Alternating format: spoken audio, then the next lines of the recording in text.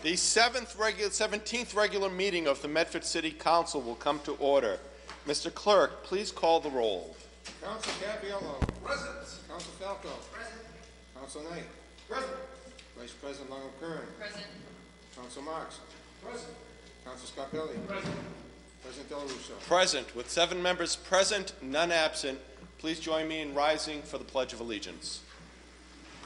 I pledge allegiance to the flag of the United States of America and to the republic for which it stands, one nation, under God, indivisible, with liberty and justice for all. Commendations. This is in reference to Agenda Item 16382 to give commendations to the St. Raphael's 5th and 6th grade boys basketball team, Northeast Regional CYO champions. And to do that, Vice President Brianna Longo-Kern, who offered the resolution of congratulations to you all, will come up and give out the awards and citations. So at this time, I turn things over to Madam Vice President. It's a pleasure having you. Thank you, President Del Russo. I want to thank all the boys from the 5th and 6th grade St. Raphael's boys basketball team for coming tonight. Thank their parents and their grandparents, who are huge advocates for them. If it wasn't for Mr. Johnson, I wouldn't. He's the one that educated me on how well you did, and we're all so proud of you. Just to let the public know, this is the 5th and 6th grade boys basketball team from St. Ray's. They recently had a big tournament in Bridgeport, Connecticut. They outlasted, I guess, 8 other participant teams and became the Northeast Regional CYO champions. In their final game against St. Peter and Paul from Hartford, they were 7 points behind with 6 minutes left to play. They went into, obviously, defense mode and allowed the opposition a mere 2 points for the rest of the game while scoring 14 points themselves and eventually winning the championship by 5 points. You boys should be very proud of yourself, and I'm sure your parents and grandparents are very proud. It sounds like you had extra practice, which definitely paid off. So hopefully you always practice and you get good results in sports. And I think that correlates to studying hard and extra studying, obviously get better grades, and you treat your parents and your grandparents with kindness, because you should just do that anyway.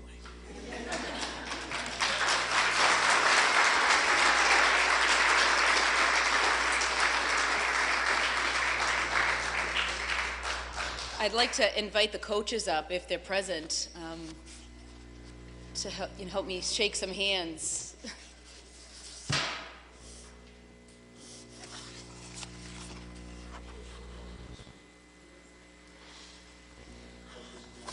I'm going to read the accommodation.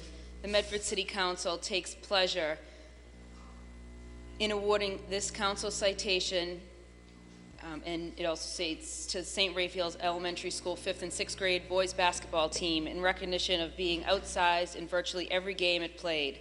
The St. Ray's 5th and 6th grade basketball team played tenacious defense while employing a blistering fast break attack and achieving undefeated record of 22-0.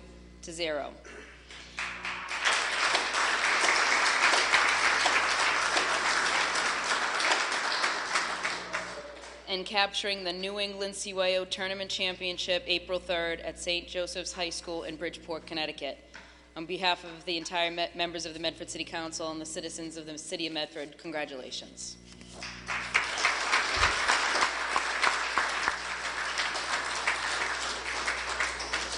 I'm going to read your name, and I hope you come up and get your citation, and definitely shake hands with the rest of the council and your coaches. Max Philpott.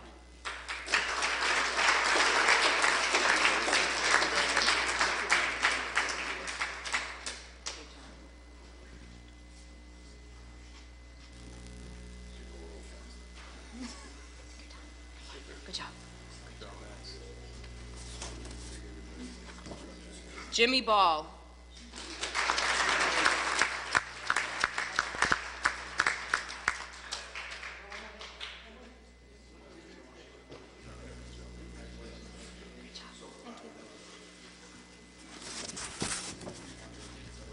Evan O'Neill.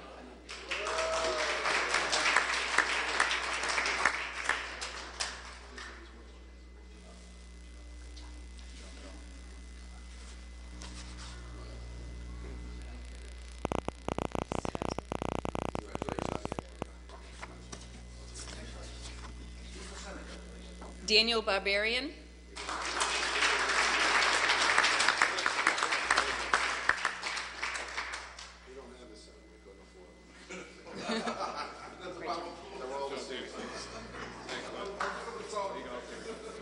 Tom O'Leary.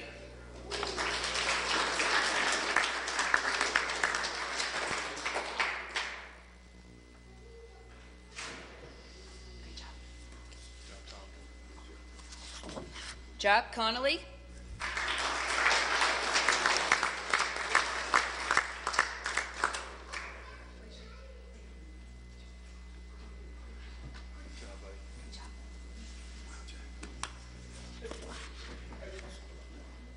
Cameron Vivolo.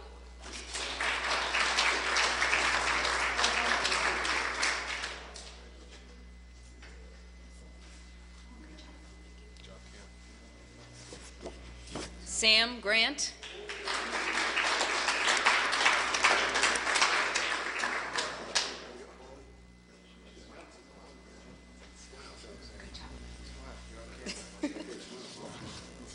Cameron Flaherty.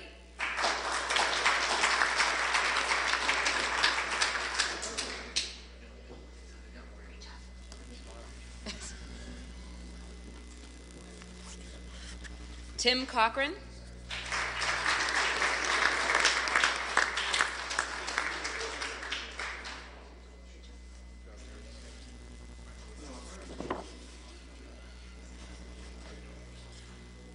Richard Foscarato.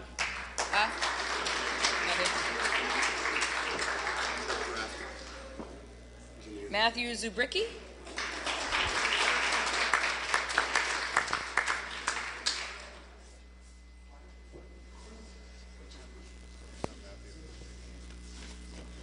Jared McDonough.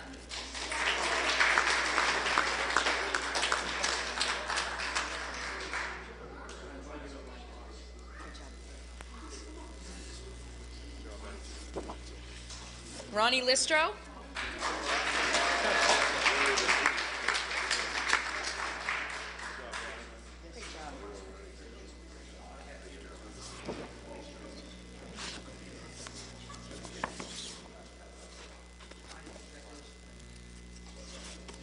Five coaches? Oh, jeez.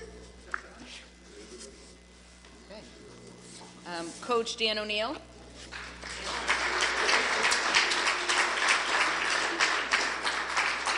Coach Charlie Ball.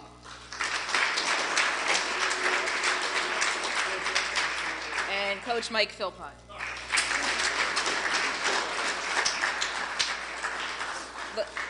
Just like to recognize the two assistant coaches, Coleman O'Neill and Paul McDonough.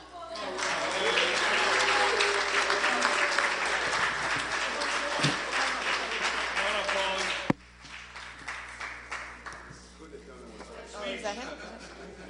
Paulie? This is Coleman. Oh, that's Coleman. Paulie's us. And you're Paulie?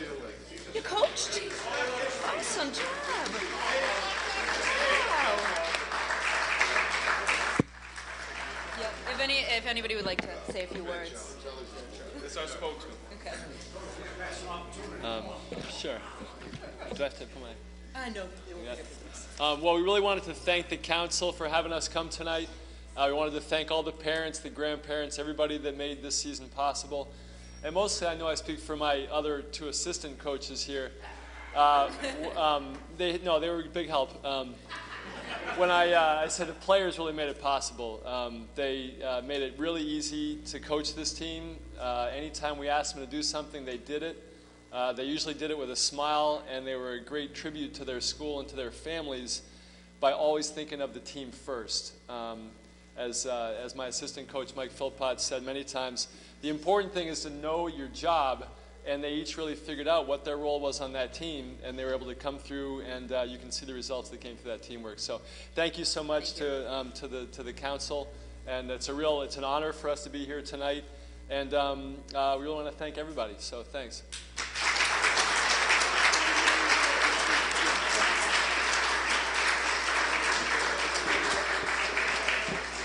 Councilor Marks. Thank you, Madam President. I just want to congratulate all the boys. I'm a proud graduate of St. Raphael School, and I played basketball back some many years ago. And we never made it as far as Bridgeport, Connecticut, but I can tell you when we made it to the playoffs, we went as far as High Street to St. Joseph's. And unfortunately, our playoffs ended there. But you've made us all proud, and you've put St. Raphael's on the map, and it's really a team effort, so you should all thank each other, and thank your parents and the coaches for taking the time. Good job.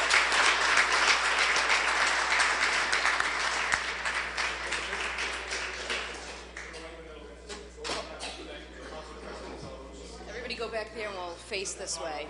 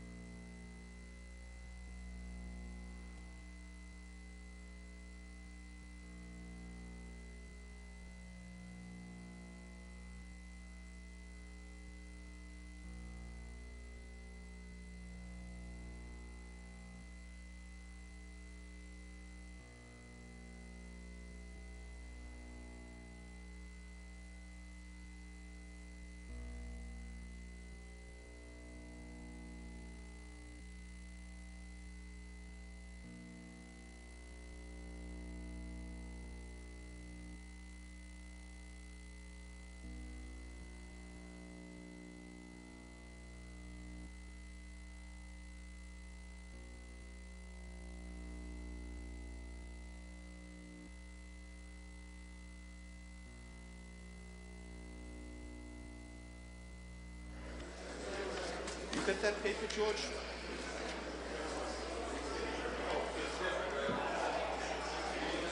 Kayla Hindle? I can read it. On the motion of suspension of the rules by Councilor Knight for paper 16-463, all those in favor? All those opposed? Motion carries. Under suspension, item number 16-463. That's not it. Offered by Councilor Della Russo. Be it resolved that the Medford City Council invite Kayla Hindle of the American Cancer Society to present to us about the upcoming Relay for Life. And we invite before us Kayla. Just so you all know, over the past several years, the council has invited a representative of the Medford, American Cancer Society to present to us about the Relay for Life, which is an awesome fundraising opportunity and night for people to gather and share their efforts in a cause to promote the greater good So we invite Kayla up to share with us her name and address for the record and to tell us about the Relay for Life. Thank you, President Della Russo. My name is Kayla Hindle. I live in Marlboro. I don't know if do I need to be more specific than that? Thank you so much to you and to the council for your time. Relay for Life of Medford Somerville has been around for many years, but we can always use more support, more people involved, and things like that. So I just wanted to share some news and updates and opportunities for folks to get involved. We need, teams, survivors, sponsors, everyone can sort of get involved in a way that suits them. So the event this year is June 4th, that is a month from tomorrow, and down at Hormel Stadium, Bob Maloney is incredibly generous in hosting us there. This year we are continuing to make it a 6-hour event as opposed to overnight, but we're hoping to one day go back to the overnight event since that is a really meaningful part of Relay for Life. And just to give a little bit of background for any folks that aren't familiar with the history of Relay for Life, it is an event that is the main fundraiser for the American Cancer Society, but it's so community driven, and it's very much built by the volunteers and by the community members. So we, as much as possible, want to get folks from Medford and folks from Somerville very involved and to drive these efforts, because unfortunately cancer is something that virtually touches everyone's lives. And so this is an event where people can feel like they're taking action to fight back, joining together, and also sharing their emotions and experiencing something that other folks have experienced as well. So there's fun and food and entertainment and ceremonies, and it's a really great community effort. So I am happy to share the information that I have here with anyone who's interested. As I said, we encourage folks to create teams.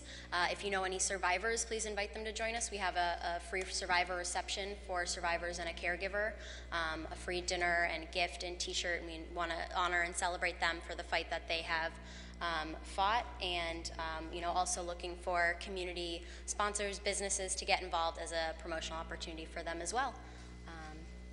Any questions? Thank you very much, Kayla. Thank you. Councilor Marks? Maybe if you could give out your website? Sure, yeah. It's relayforlife.org/MedfordMA. So pretty quick and easy. Awesome. Thank you. Anything else? Well, thank you very much, Kayla, for coming up. Yes. You have our support, Thank and we're you. grateful to the American Cancer Society and to the people who are involved in this effort for showing community support and encouraging life and health and progress in our city. Thank you so much. Thank you. So on the motion of Councilor Knight that it be received and placed on file, all those opposed, motion carries. On the motion of Councilor Knight, while we're on suspension, to take before us paper 16-454. All those in favor? All those opposed? Motion carries. 16-454, offered by Councilor Knight. Whereas it has come to the attention of the Medford City Council that approximately 36,000 Verizon workers in the company's landline and Fios division are currently on strike, and whereas Verizon forced the workers on strike by demanding that they allow increased offshoring and contracting out of goods jobs from the communities, even after Verizon has already sent thousands of formerly good union jobs overseas, and whereas Verizon workers are fighting for good family-supporting jobs, and whereas residents and businesses deserve high-quality telecommunication services and state-of-the-art fixed broadband services, not a network that Verizon chooses to neglect, especially in an emergency, by a low-skill, poorly motivated replacement workforce, and whereas Verizon has made $39 billion in profit over the past 3 years and paid its top 5 executives more than $230 million over the past 5 years, and be it therefore resolved that the City of Medford will not enter into any new contracts or obligations to purchase Verizon products or services while the strike continues, and be it further therefore resolved that the City of Medford will review any current contracts or obligations to purchase Verizon products or services and end any contracts or obligations where permissible by the terms of the contract and the parties' obligations to one another. And be it further therefore resolved that the City of Medford urges Verizon CEO Lowell McAdam to end the Verizon campaign to destroy good jobs, and be it therefore resolved that the City of Medford go on record in support of the striking Verizon workers.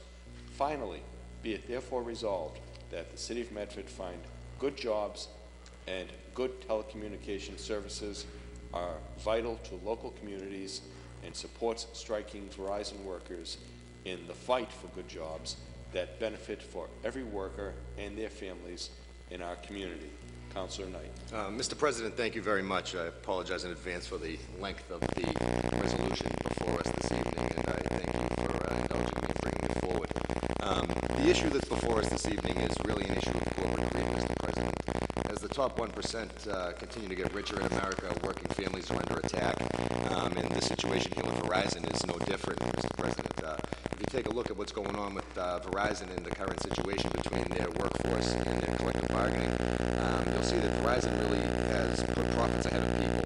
You'll see that their top 5 executives have made $230 million in the last year. You'll see that in the first 3 months of 2016, they've made $1.8 billion in profit per month, Mr. President. But they want to replace jobs that pay a living wage, jobs that provide health benefits, jobs that provide retirement security, but jobs that don't, Mr. President. And this hurts our local economy. This hurts the 100-plus families in the city of Medford that have worked for Verizon for a number of years, that have been committed to their job.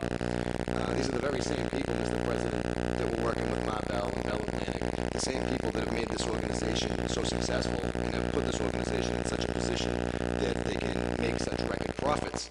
But I really think that it's not right, it's not fair to put profits ahead of people and to really sell out the workforce to offshore, overseas accounts and to a workforce that's not going to be as committed to those that are actually employees of Verizon that have been doing it for such a long time, Mr. President. Here in the audience, we do have several individuals who reside in the city of Medford who are directly impacted by this corporate greed, Mr. President. And I'd ask my council colleagues to stand with me and to stand with the 3,600 members that are striking between New England and New York to fight corporate greed at its finest, to force Verizon, to urge Verizon to end the campaign to destroy good jobs, and to be sure that we can have jobs that pay a living wage remain in our community because they are essential to the growth of our local economy, Mr. President. Thank you, Councillor Knight. Madam Vice President. Thank you, President Del Russo, and I thank Councilor Knight for his presentation. My question, because I know this involves city contracts, so my question to Councilor Knight through the chair is, has he had any conversations with the mayor of the Mayor Burke, and how she feels about this, and if she's willing, if we do pass a resolution like this, is she willing to entertain it and follow through with it? I spoke with Mayor Burke briefly on the issue. I think that the person that should speak with Mayor Burke would be the men and women of IBEW Local 2222 who endorsed her candidacy when she was running for mayor. I think that those are the people that she should really be accountable to. However, she did not seem to be opposed to the idea that we support the striking Verizon workers, that we ensure that we have jobs that pay a living wage in our community, Mr. President. She did not seem like she was opposed to that at all. So with that being said, I'd ask for approval. And On the motion of approval by Councilor Knight, Madam Vice President. Thank you. And with regards, do you have any idea, because we are mentioning contracts held with the city, do you have a list of those contracts, just so we know how the bottom line would be affected? I do not have a list of those contracts, but I'm unaware of how the city's bottom line would be affected if we didn't enter into any new contracts. I think that the idea here is, Mr. President, is until the corporate juggernaut realizes that the people that made this corporate juggernaut successful do some respect, that there's only one way that you can get these corporations to listen, Mr. President, and that's to hit them in the pocketbook. And I think that hitting them in the pocketbook is certainly the way to go. We should take a long, hard look at the business that we're doing with Verizon and with other corporate entities that take advantage of their workforce, Mr. President. So, with that being said, I do not know how this will affect the city's bottom line, but it's my understanding that we don't have much contractual obligation with Verizon at this point in time, but I'll be happy to follow up with the superintendent of lights and lines and get back to you on that. Yeah, if we could maybe get a report from the administration. I know that all our department head cell phones are with, the last time we heard during budget hearings, I believe that was through Verizon. So I do know there are some contracts. I just want to see how that would affect our bottom line budget.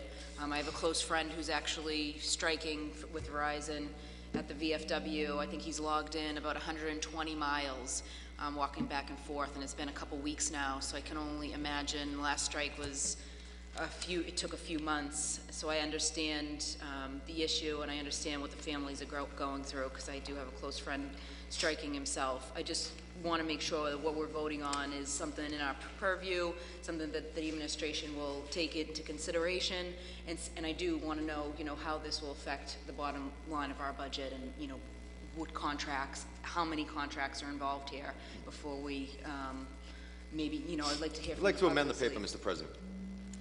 I'm going to strike out after the, on the second, be it therefore resolved.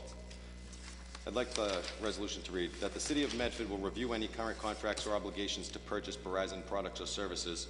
I'd like to cross out in any contracts or obligations where permissible by the terms of the contract and the parties' obligations to one another.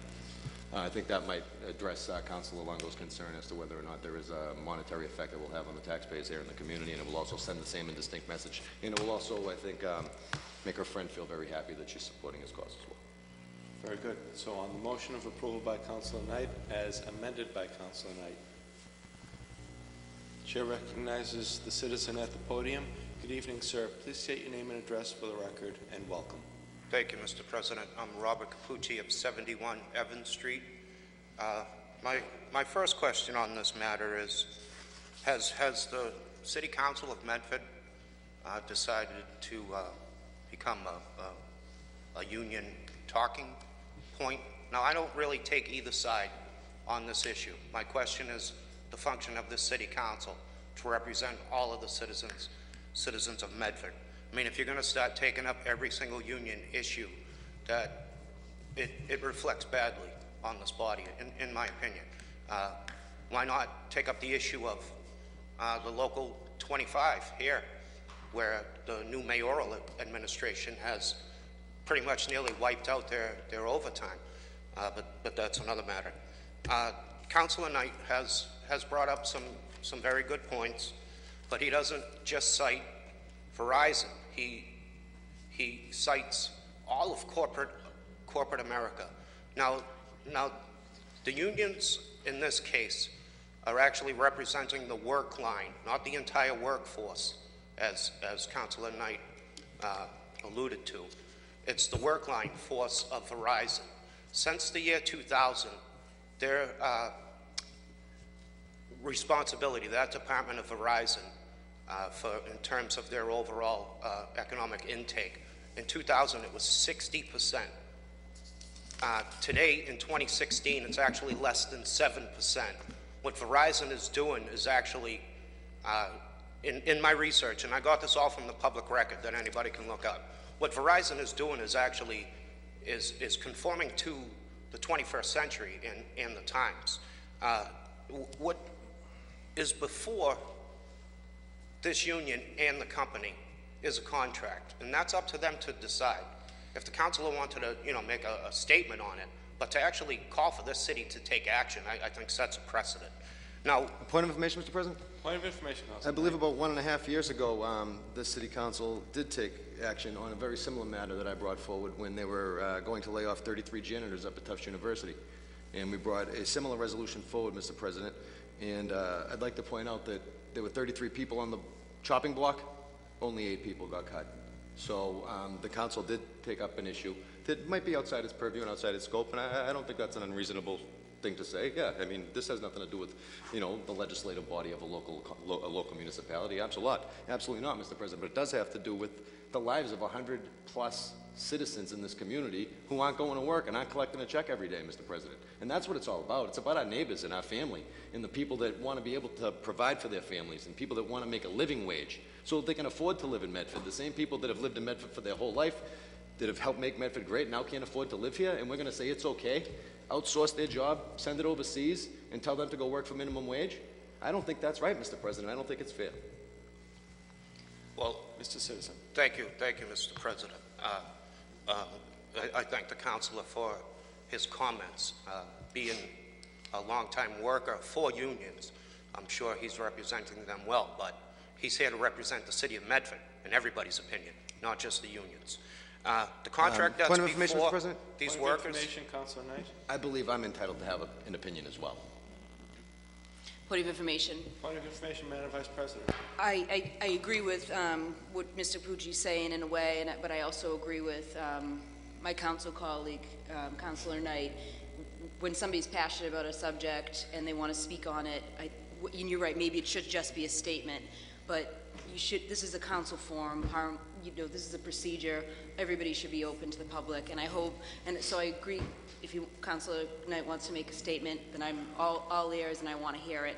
I just hope that councilors, including Councilor Knight, understand that when maybe I want to talk about the schools or, transparency of the school system, that is relevant and obviously affects not workers, but our children and parents and teachers. So I just hope the same courtesy is extended back and forth.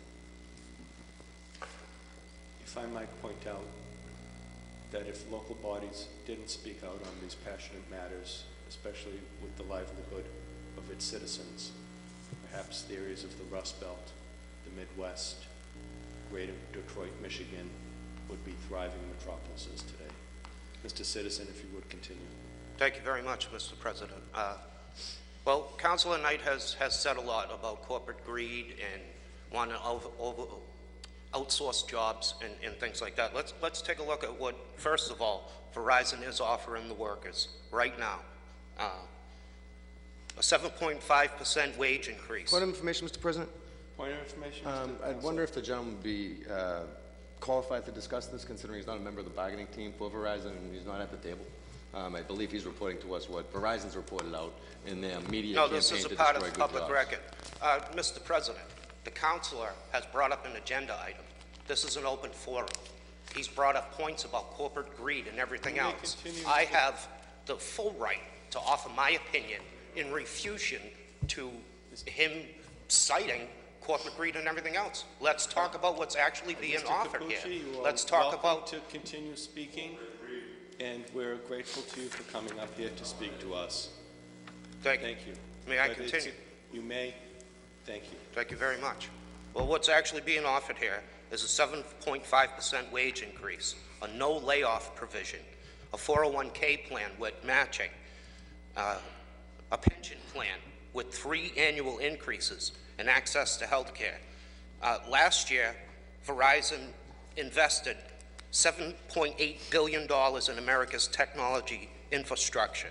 They paid $8.4 billion in taxes in 2015. Added that to 2014, and they actually paid $15.6 billion. That's a 35% tax rate. In salaries, they paid a combined $16.1 billion. They've purchased $4.25 billion from diverse suppliers. Those purchases alone create jobs in other industries. They paid $8.5 billion to shareholders in cash dividends. They paid $2.3 billion in pensions and retirement benefits. This is all just last year. $3.2 billion in health care benefits covering 670,000 beneficiaries, given top-of-the-line access to medical, dental, prescription that was so robust that it qualifies for the Cadillac tax under Obamacare. What's that total, Mr. President, if the gentleman wouldn't mind answering that question? What's the grand total after all those billions that he just rattled off? You're looking at almost $100 billion here. 1/3. Mr. President, if I have the floor, that I would appreciate you ruling on civility in the forum, so I'm not shouted down. Thank you. You may continue. By all means, Mr. Verizon, just a month ago, signed a contract with Boston to bring in fiber technology to Boston, Mass, making it one of the most advanced, industrialized, and technologicalized cities in America that Mayor Walsh has partnered with, because it's going to bring jobs and benefits to the people of Boston that many of these Medford residents that are working on. One of the things with, Point of information, Council. It's also been very well publicized in the public record that the gentleman speaks about, that while Verizon does bring Fios services and broadband services into certain communities, those communities that they bring them into are usually the more affluent communities, and low-income communities don't necessarily receive the same treatment or the same service or the same level of service, Mr. President, which again is, you know, reflective. so not only are they corporate greedy people, they're also racist? Is that what you're alluding to? No, I Mr. believe Knight? that what I'm saying is they would deliver the services to the more affluent communities because they have easier so chance that- of getting so- paid. so that- They so have that they get better chance biased in some of way. receiving some breaks. Well, with the fact that this particular department has declined over 53%, what Verizon has done is expanded in fiber for broadband services. They invested in workers and tools to keep a lot of these jobs. What we're talking about here actually is a private case that the councilor has brought forth that the city of Medford is now going to clamp down on corporate evil greed America, and that's what's really fueling Point of all information, of Mr. this, President? Mr. President. Mr. President, looking at the resolution, I believe the resolution asks that the city of Medford review any current contracts or obligations to purchase Verizon products or services. That's what this resolution asks for. Right, That's and the what this reasons resolution for asks. that, Mr. President, That's what this- are, that's as what the this councilor resolution asks for. outlined, are corporate greed and not doing things for poorer cities. No, the reasons... what you said, no, Counselor. no, Mr. President, that's Counselor, absolutely positively not what I and Mr. cited. That's That's not exactly what I what you cited said at all. verbatim. What I This is cited Go home and was... watch for the you tape. to debate. Mr. President. So, Mr. Capucci, if you would just continue with your statement. Thank you very much. And we'll Thank you wrap very it up much. shortly. Thank you very much. I'm from a union family. What happened? I'm not against unions. Yeah, sure I am. Yeah, I am. Thank you for calling order to this forum, Mr. President. Thank you very much for not doing that. I'm not drinking any Kool-Aid. I'm just reciting facts of what Verizon did. That's all I'm doing. It's all part of the public record that people can go home and look up. I'm personally proud of a country I can live in where it can pay out this much money and provide all of these jobs. Look at what's being offered to these union workers. A 7.5% wage increase, no layoff provision, 401, they're offering you a No, medical get up and tell them plan. what you don't get. They're offering a medical plan that's so good that it qualifies for the Obamacare Cadillac tax. They pay $15.5 billion in taxes in the last 2 years under a 35% rate. Who's being greedy? Who's being greedy here? I live paycheck to paycheck. I have no pension. I pay a lot for my health care. A lot of this health care gets paid for by Verizon. And Mr. President, I mean... Mr. President, Mr. all I'm President, trying to do here... Mr. President, if I may, I don't think that Mr. Capucci or I are going to be able to settle the Verizon dispute in this room right now this evening. And that's the whole point of my The reason being I up brought here this speaking, matter forward Mr. was to President. stand with the men and women of That's the Local whole point of my 2222, speak. the men and women This is the Medford in City this Council. community. This is not the two Someone move unions. the question, please. I've moved it like 6 times. I'm a Medford City resident for 46 years. On the motion of Council Knight for approval as amended. Thank you, Mr. President. Councilor Marks. Just if I could, Mr. President, and, you know, I've been on the council a number of years, and this is the precise reason why this body has never got involved with collective bargaining. First of all, we have no business being in collective bargaining. We don't get in any of the businesses of our local fire department, police department, who have all over the last couple of years gone through some real tumultuous collective bargaining with the administration, and it's not under the purview of this council. It isn't. Now, as a recent union member myself, I support union workers. I support the right to strike. I support a living wage. I support not sending good jobs out of the U.S., and I support all that, Mr. President. However, some of the language, and I'm sure the motion that was offered by Councilor Knight, he wanted to be thorough in his motion, but some of the motion deals with issues that I, as a councilor, for years, Mr. President, and anyone that's been on this council for years, fought to bring cable competition into this community that lacked for some 20 years. For 20 years, we had one cable provider, and it wasn't until several years back when Mayor McGlynn entered into a contract with Verizon to bring Fios to allow cable competition into this community. And anything that may or may not threaten that particular negotiation, Mr. President, is a concern of mine. And some of the language in this, although I can support some of the other language, some of it talks about contracts and not entering into any new obligations and the purchase of products and services. It's much more involved than just giving a support like we did with Tufts University and the custodians, which was a nod saying we empathize, we support you, and so forth. But I, as one member, in good faith, the thousands, and I say thousands of Medford residents that opted to leave Comcast and go to Verizon because they thought they could get a better competitive rate, they thought maybe Verizon was quicker and so forth regarding cable, more dependable, who knows? But I am not going to do anything tonight to jeopardize that contract that was signed back some years ago that I, as one member, and other members of this council fought very hard to bring cable competition into this community. And I'm not saying that's Councilor Knight's intent to eliminate one of the cable providers. No. However, the language in here, I don't feel comfortable voting on this entire proposal, Mr. President. And, you know, maybe a sentence or two stating that we as a city council support the workers, I have no problem with that. But anything other than that, Mr. President, in good faith, I cannot support that here tonight. And that's the reasoning why, Mr. President. If it remains the way it does, I cannot support this tonight. Thank you, Councilor. Councilor Caraviallo. Thank you, Mr. President. Mr. President, you know, I think what started out here as a voice of support for the men and women walking alliance. In fact, before I came here tonight, I was at VFW and I shook hands with all the men and women on Mr. Avenue. And I come from a family whose business was outsourced overseas.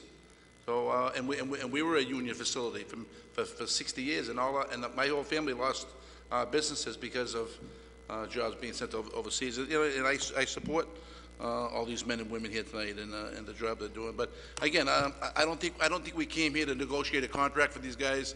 I think you know, and I think we're here just to give them a voice of support and that we stand behind them. Thank you, Mr. President. The Chair recognizes the speaker at the podium. Please state your name and address for the record. Thank you very much. Rachel Tannenhouse, 26 Pearl Street. I am a proud union member and steward. I am not a Verizon employee, and I am not part of IBEW, but I wish solidarity to my fellow union members here. I walk by protests right near my office many times a week, and I always thank the protesters, the employees striking out there.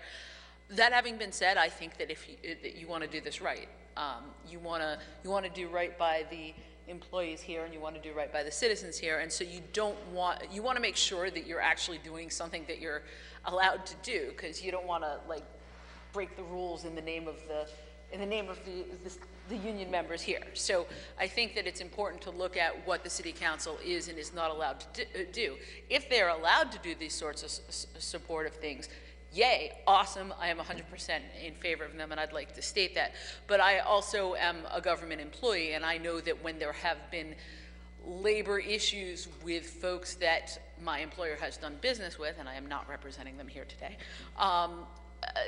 there was not allowed to be any kind of official thing, like when Hyatt, and you'll notice there's a Hyatt down the way, when Hyatt was having their shady hiring practices going on, we were all really upset about it, but like the state couldn't officially make a statement about, hey, Hyatt, you suck for doing this, even if people were really upset about it.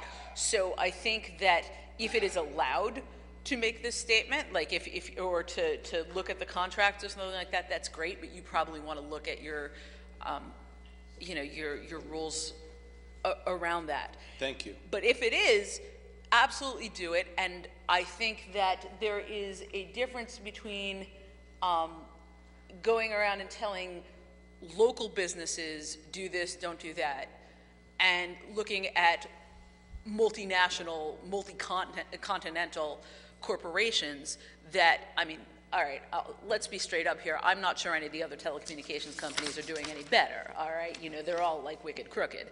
But these guys are wicked crooked in public, apparently, and which is not smart. And so since they happen to be the ones that we're noticing, I think that there is a huge difference looking at that. Like, Verizon's a big company, you know. It's not like they're terribly, you know, it's not like we're hurting their feelings. Thank you. Thanks.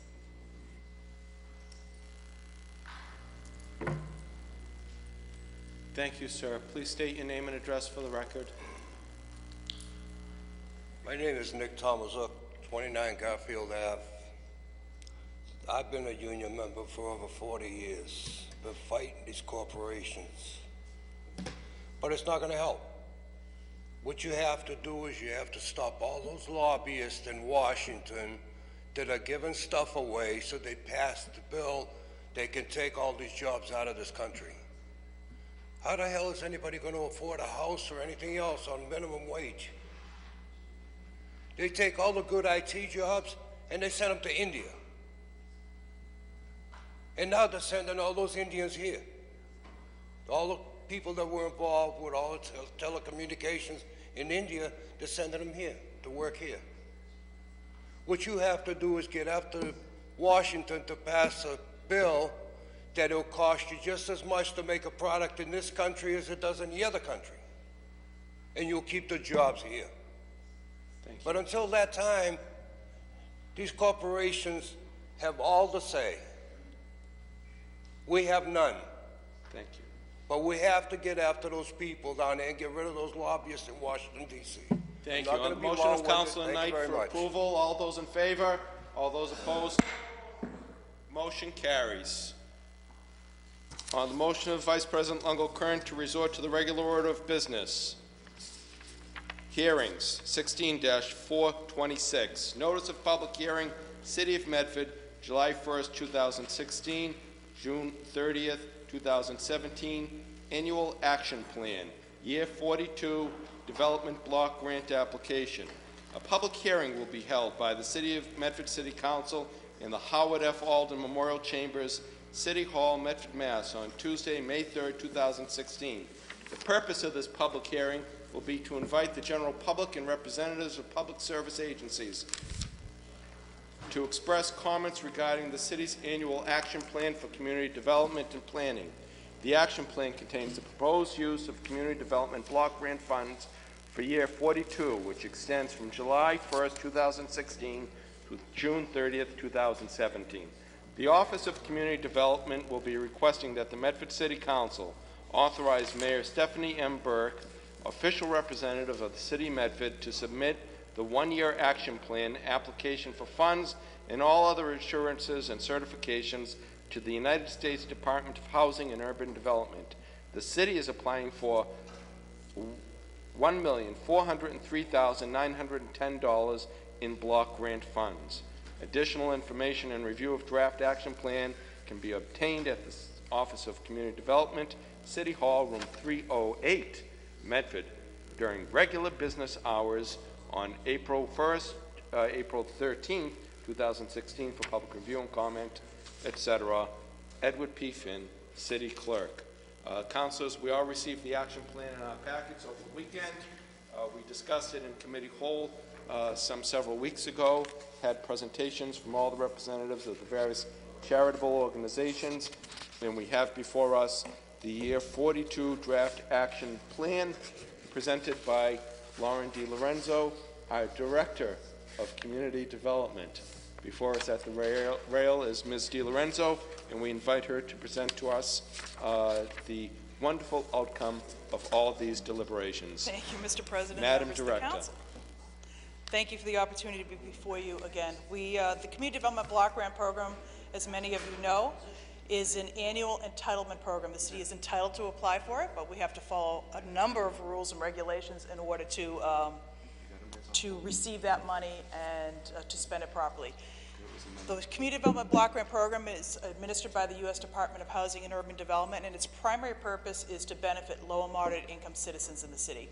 Really isn't a source of money for supporting general municipal services. It really has a targeted approach for community development and housing activities and employment activities, such as creation of jobs for people who are having a difficult time finding housing or jobs, or are living in conditions of housing that may be substandard or just not as up to date or as code compliant as it should be. So the actual plan that we submit is done on a computer, and we have a draft form of that. I've given you a really general summary of that plan. So the other plan that we submit is done on a computer system, and it is lengthy. We analyze housing needs, we identify resources and working relationships with our partner housing agencies, and that there's a draft online, and there will be the final application will be put online at the city website for anybody who would like to look at that information. It's also available up in our office. We identify some general goals, and these really are very consistent from year to year. Housing is a goal. We're recommending an allocation of $20,000 for that. Now that seems small, it is small, but we also leverage our own resources with other resources. The city is able to partner with other agencies and also to apply for home funds, which are administered through a regional consortium, and Medford is a partner agency of that. We also are able to work with other agencies that provide housing services, nonprofit agencies like Medford Community Housing. So the number is low there, but we do leverage that with other resources. Physical improvements to city systems. Now this is a general catch-all for basically public facility improvements that are eligible under CDBG programs. And in this we include our general activities: water, sewer, street reconstruction, park rehabilitation, which is eligible in low, moderate income areas only, and some facility improvements. As I said previously, we really can't use this money for general purpose of city government. So for instance, you want to do, as you can see, you need renovations at City Hall. Would this be a good source of fund? Unfortunately, it's not eligible for that activity. The only way that we can really assist general purposes like the library, the schools, City Hall, is the removal of architectural barriers. So we do that often. As you know, the council has been active in funding removal of architectural barriers in other public facilities. Most recently was at the Medford High School pool and locker room. And this year we are going to use CDBG funds to do an ADA feasibility assessment at the public library. And we hope that we'll be able to use CDBG funds to install an elevator there. I think probably the ramp in the front needs to be upgraded, and we'll do a full assessment of the bathrooms. I know the councils have been concerned about bathroom conditions. It can't be a general upgrade in terms of beautification improvements, but again, we can use a CDBG portion of money to leverage other municipal funds or other kind of grants that may be available. So we'll do that. That's intended to be under this program. We hope to get through the feasibility stage. Depending on where the general feasibility analysis happens with the overall improvements of the library, I mean, my goal is to get the elevator installed this year. But we do have to coordinate with other work that's being proposed, or will be proposed, I should say. A couple of these projects are ongoing, but they're in here anyways because some of the expenditures may have to happen after July 1st. One, the significant one here is the senior center renovations. As you go by there, the senior center has two projects going on. One is the Peace Garden, and the other are the senior center renovations, which you have supported in the past. That's including roof replacement. We are doing some masonry and waterproofing repairs on the exterior of the building. There are some, we'll call them storefront improvements, which are really upgrades to the interior doors, the doors that enter and into the building on both sides, the front and the back of the building. We're replacing the flooring. We are doing a small lift to get up to the stage that's inside the big general purpose room. We have got some basically flooring, a little bit of carpeting in a couple of the office areas. And I'm probably missing something big, some painting. So the senior center is in full construction mode right now. The seniors have been very tolerant and have been very, wonderful to work with, quite honestly. I think they appreciate the investment that you're making in that building, and I hope that you'll all be proud of it when it's completed. They did take a little reprieve from the building for about 3 weeks so that the contractors could really get in there and work without having to worry about their safety as much as they do on a daily basis. But generally, the contractors are in there at 3 o'clock after the program is completed. So that project is generally expected to be completed by June. So hopefully that will happen shortly, and we won't get into the next program year, but we put that in here anyways just in case, so we don't have to go through an amendment. There is, the mayor is working on with the engineering department and DPW on priority areas and low and moderate income areas for street and sidewalk work. So in terms of CDBG funding, that's really reconstruction, it's not repairs or maintenance, but she's working on that to identify what low and moderate income areas we can use CDBG money to upgrade. So that will happen this program year. Economic development has been an area that we have not usually spent that much money. We used to spend a lot of money on that, but program regulations changed, which limited our ability to do general economic development activities. We are going to allocate $100,000 and look at what we can do with the CDBG funds. It's a little bit more limiting than what we could do with the city sources of money, but we're going to do it anyway. So one will be the recreation of a storefront improvement program. In order to participate in that program, the businesses will have to commit to creation or retention of low and moderate income jobs. So it will be, not every business will qualify, but the ones that can certainly will be welcome to participate, and hopefully that will increase on the creation and retention of jobs, and that can happen in the downtown areas. And the other is just to work. We got a small grant to do a business and economic development strategy in Medford Square, but we've put this money in to just have some money available so that we may be able to continue that in other areas, and also to leverage any additional activities that we may want to do in Medford Square. Public services, so I don't think I said when you gave the number that basically was a 2.1% cut from last year. 15% of that allocation can go toward public services. So we always fully allocate this to public services. We did a little bit different on the allocations, which I can read if you would like, otherwise they're part of the package. Would you like me to read them? Okay. I will point out that there was one agency that didn't apply again this year, and there is a cut to the SCM community transportation to make up the difference in the deficit funding. And the reason why we picked them was basically they are the largest. It has nothing to do with the importance of the program, and honestly, it's a great program, and we could spend a lot more money than that. But they take up almost half of the block grant allocation. So it's some of the agencies are getting little. You'll hear the amounts, and at some point, it's not even feasible for them to receive a grant because they're getting such small amounts. So, it's not that we wanted to cut it, but cuts did have to be made, and this is where the recommendation is. Boys and Girls Club of Middlesex County, which is basically an after-school program, $1,937. Bread of Life, $1,048. Community Family Inc., $1,745. Consumer Advisory Commission, $6,802. The Council on Aging, $60,028, and that's for a few programs that they run. eMark, $4,533. Heading Home, $3,778. Housing Families, $8,324. The Immigrant Learning Center, $3,778. Medford Public Schools runs an after-school program. This money goes to subsidize people who are low and moderate income. It's $8,505. Mystic Valley Elder Services, $8,161. Salvation Army, $1,162. SCM Community Transportation, $80,000, and the West Medford Community Center for the senior programming and senior director, $20,485. And that's a total of $210,286. Okay.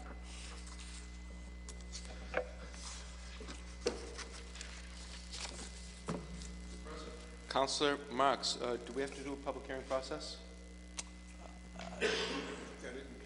Yes, so all those anybody in favor of this, please present yourself and indicate so at the podium. Anybody in favor?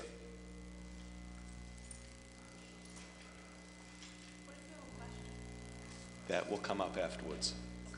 Anybody in opposition? Anybody in favor? Hearing seen none others, we close that portion of the public hearing. Close. Anybody in opposition? Anybody in opposition?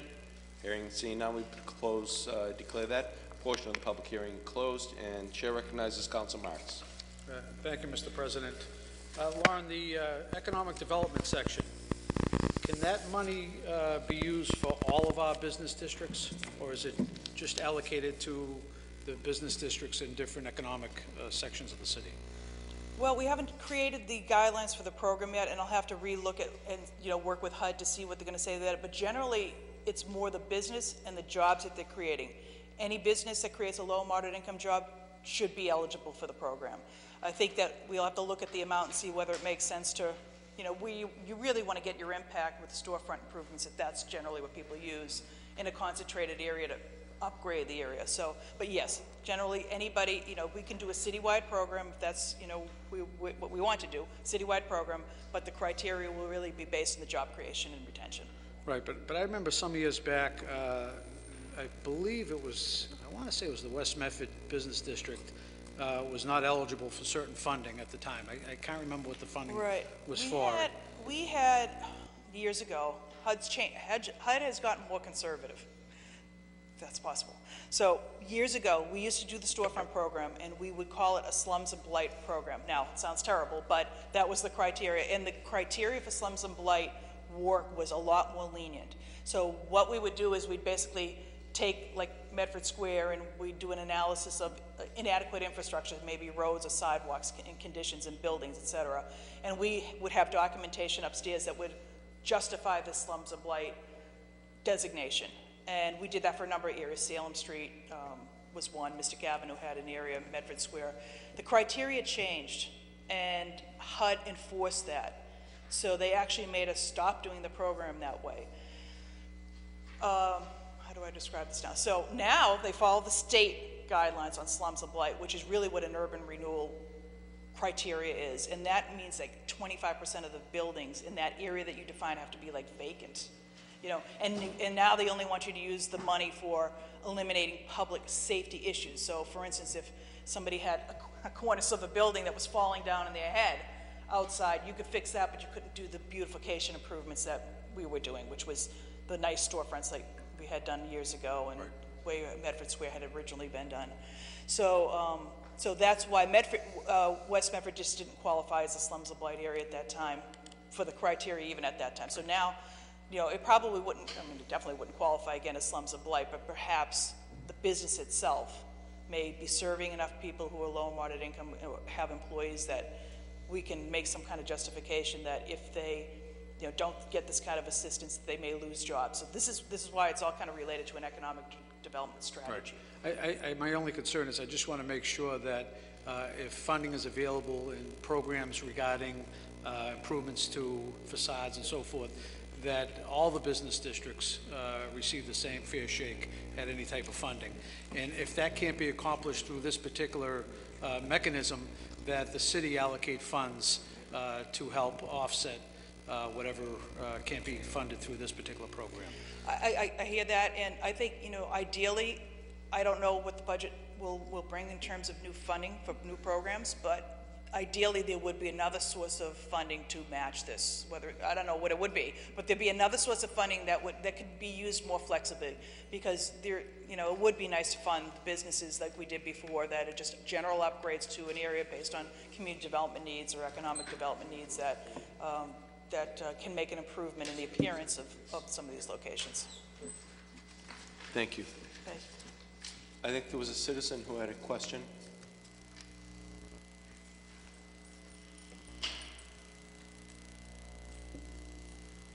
So I had a couple of, Rachel Tannenhouse, 26 Pearl Street. I had a couple of questions about, I had some suggestions, but I don't know if they're feasible because I haven't quite wrapped my brain around what the money can be used for and what it can't. One of the questions is in terms of retaining or creating jobs that are low or middle income, is it one of the most underemployed groups of people is, of course, people with disabilities, and sometimes employers are concerned, while many of us don't require accommodations that cost any money, sometimes employers, Gesundheit, are concerned about spending money on accommodations that we may need. Is it possible to have as an incentive, or could one of the things to retain these jobs or to create these jobs be to have funds available that employers can apply for if they have an employee with a disability that requires an accommodation that costs money and they're not sure how they're going to do that? Is that a sort of thing that could be set up as a potential program in the future? Or is there money that could be leveraged towards that? For example, I require software to be able to use a PC at work. It costs money. If I use a Mac, it doesn't cost money. But so if somebody is hiring a person with my disability to work at a job that requires use of a computer and they use a PC, they may not be real excited about shelling out $500, even though they're legally supposed to do that. But having the money, the funds that they can apply for the city, may make them more likely to not think twice about hiring a person with a disability. I think Ms. DiLorenzo can Where are you? You're behind me. try to answer that for us. That is awesome. And also, the other thing is that in Cambridge, which I realize is its own planet, but in Cambridge they do have a facade improvement program, and one of the things they do, and again this might involve leveraging other money using this, is that they have, if you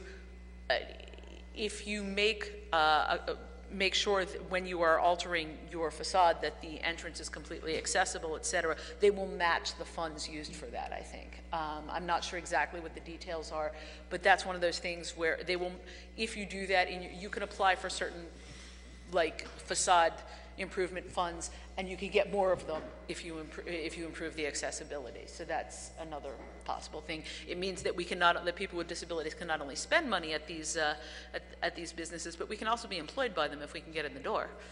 Thank you very much. So I'll address the second item first. Yes, CDBG funds can be used for the removal of architectural barriers. So doorways, thresholds, they tend to be a little bit more costly, so we may have to have a higher upset limit for those activities, but yes. In terms of software, I do not believe so. HUD has, right, some things that like equipment, computers, equipment, or some kind of, but ramps to get in, yes. Anything that's a removal of an architectural barrier, that's a physical improvement, can be used, CDBG funds can be used for that. Thank you very much. Do we have a motion? On the motion for approval by Councilor Knight, seconded by Councilor Caviello. All those in favor? Oh, do we need a roll call on this, Mr. Clerk? We'll have a roll call. Mr. Clerk, please call the roll. Council Caviello. Yes. Council Falco. Yes. Council Knight. Yes. Vice President Longoburn. Yes. Council Marks. Yes. Council Scarpelli. Yes. President Del Russo. Yes, with the vote of 7 in the affirmative, none in the negative. Congratulations for another year's of good work. Thank you very much, everybody. Thank you. Before we take 16-455, Councilor Carviello.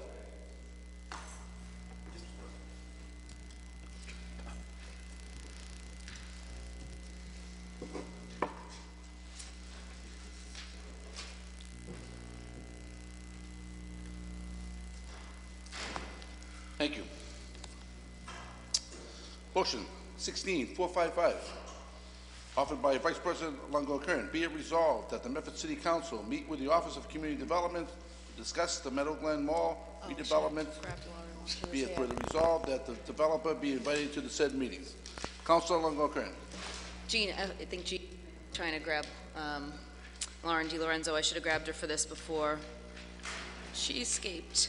I had put this on the agenda about a month ago with regards to the Meadow Glen Mall redevelopment and how, we should be updated and have a meeting, committee of the whole meeting to discuss with OCD. Here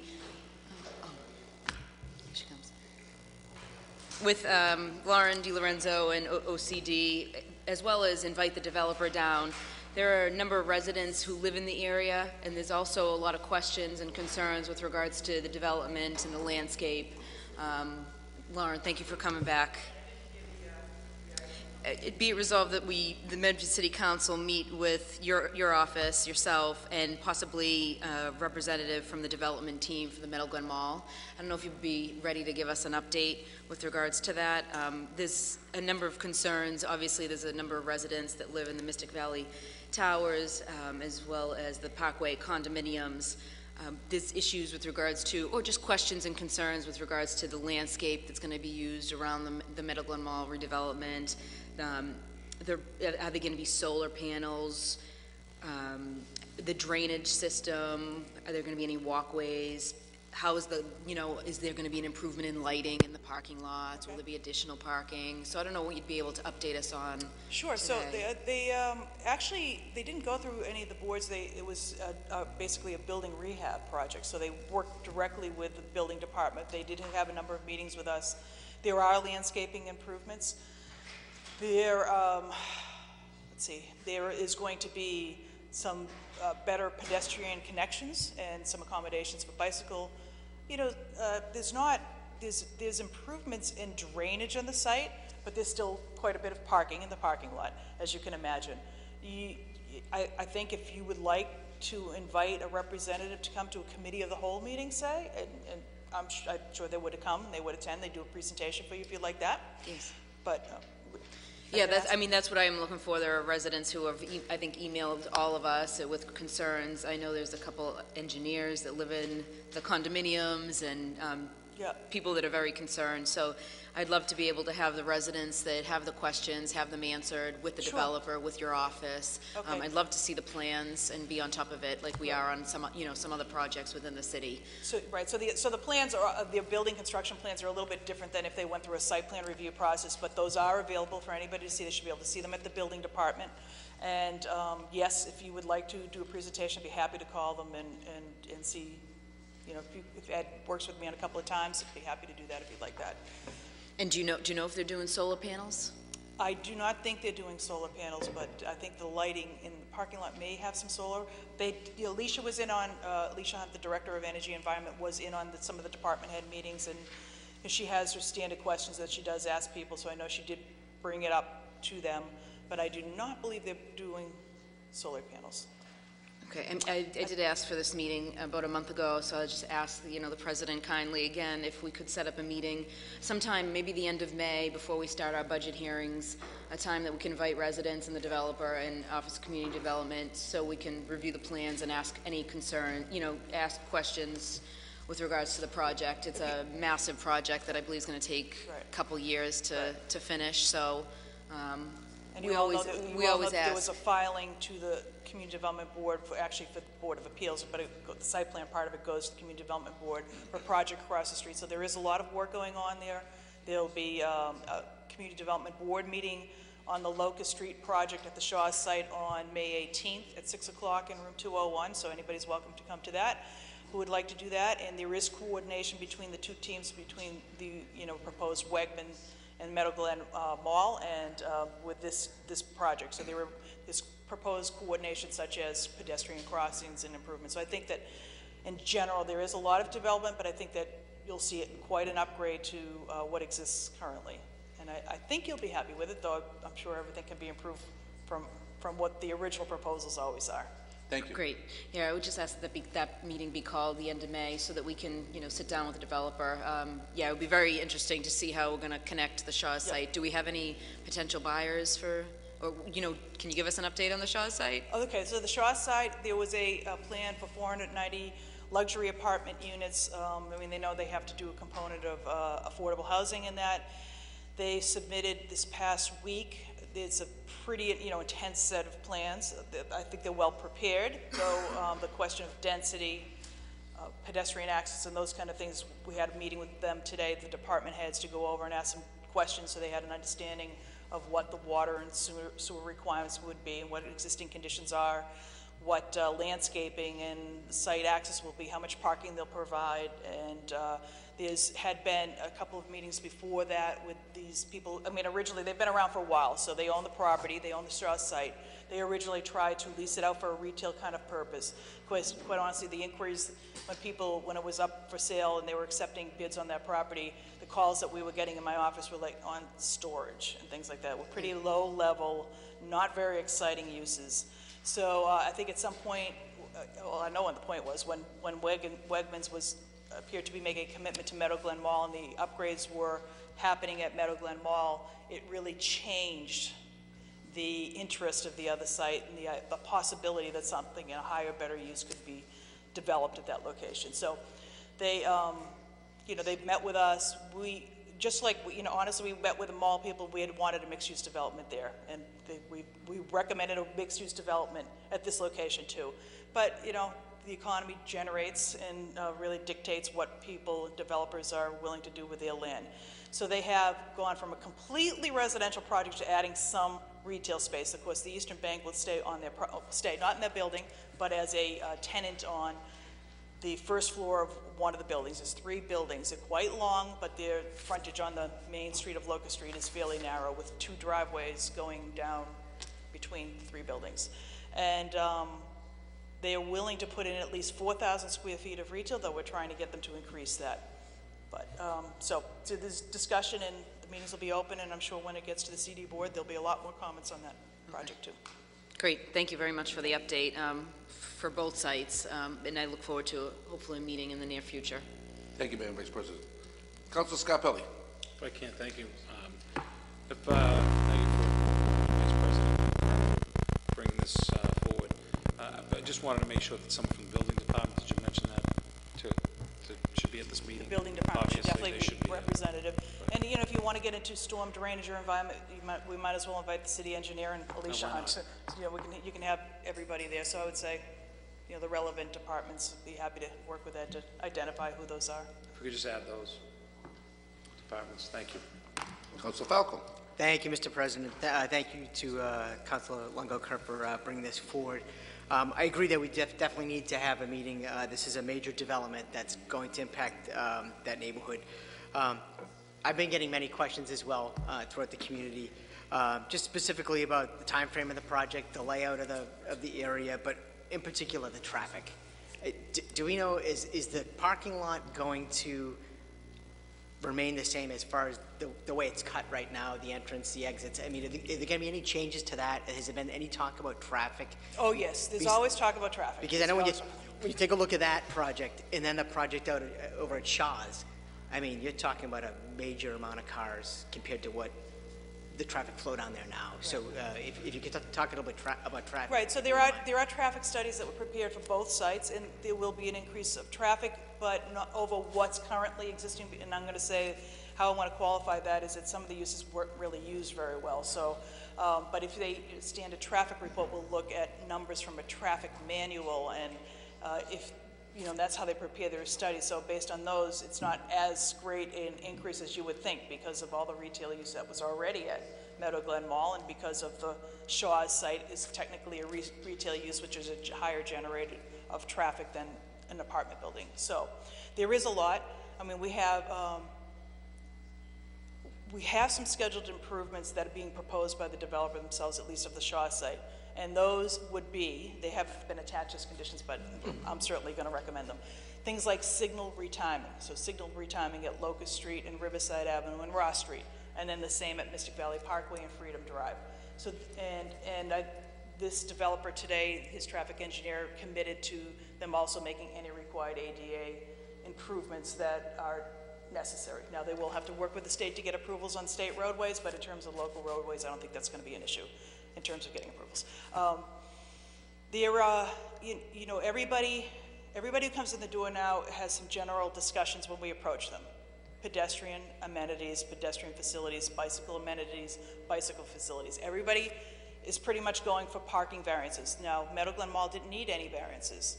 They're actually providing more parking than we require by ordinance for the retail use. And that is because Wegmans has asked for parking, and they're concerned that they wouldn't have enough parking.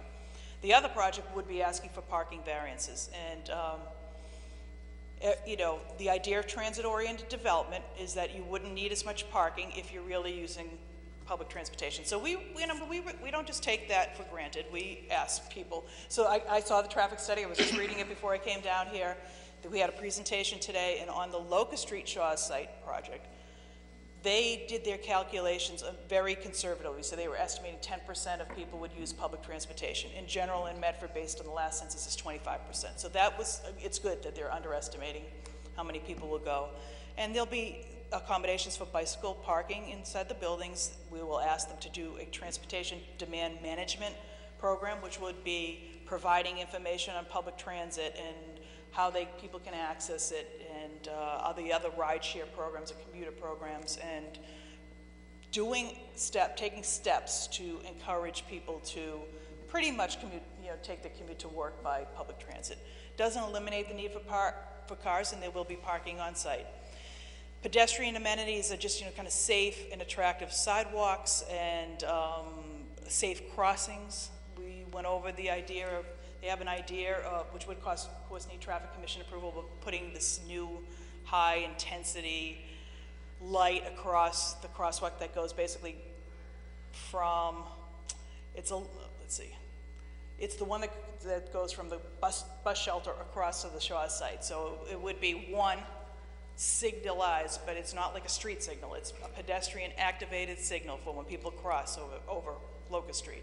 And I haven't seen the details of what that light looks like yet, but I think that's a good step. So they seem to be willing to make the commitments of what they need to do. We talked about, I'm going to give you the whole thing now, I don't know if you want it, but we talked about connections to the streets in the back, where Cummings is and the other streets are, and making sure that people can they're going to want to take the least route of travel, and they've had that connection on the Shaw site. So that needs a little bit of work, and I think the city's probably going to have to give them perhaps an easement or something over some of their property over near Hormel Stadium in order to, have a legal passageway. But so there's that. There's quite a lot, and this is it's a big project. It's a big project. Is there any talk about I noticed 490 units. So what are we talking as far as height?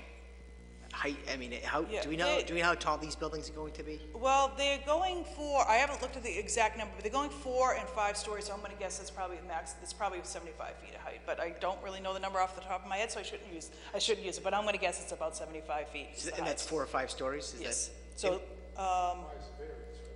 that's what I was thinking. Is that require a variance in that area? Yeah, pretty much. There are a lot of variances required. I don't know if everybody remembers here when we actually zoned that to residential at one point, and then the economy, poor Mr. Faris never got his building started, and then it was rezoned back to industrial. See, I'm really dating myself. When Shaw's, or whatever the supermarket was that started where Shaw's was, and we were at the time lucky to get that. And so here we go again with residential at that site. So it's an industrial zone, and it does require use variances and a number of other variances. So now, as a comparison, if those are going to be 4 or 5 stories, how tall Mystic Towers? Do we know how long? Oh, that's probably, I'm going to say 10 or 12. Okay, that's what I was thinking. Right. Okay.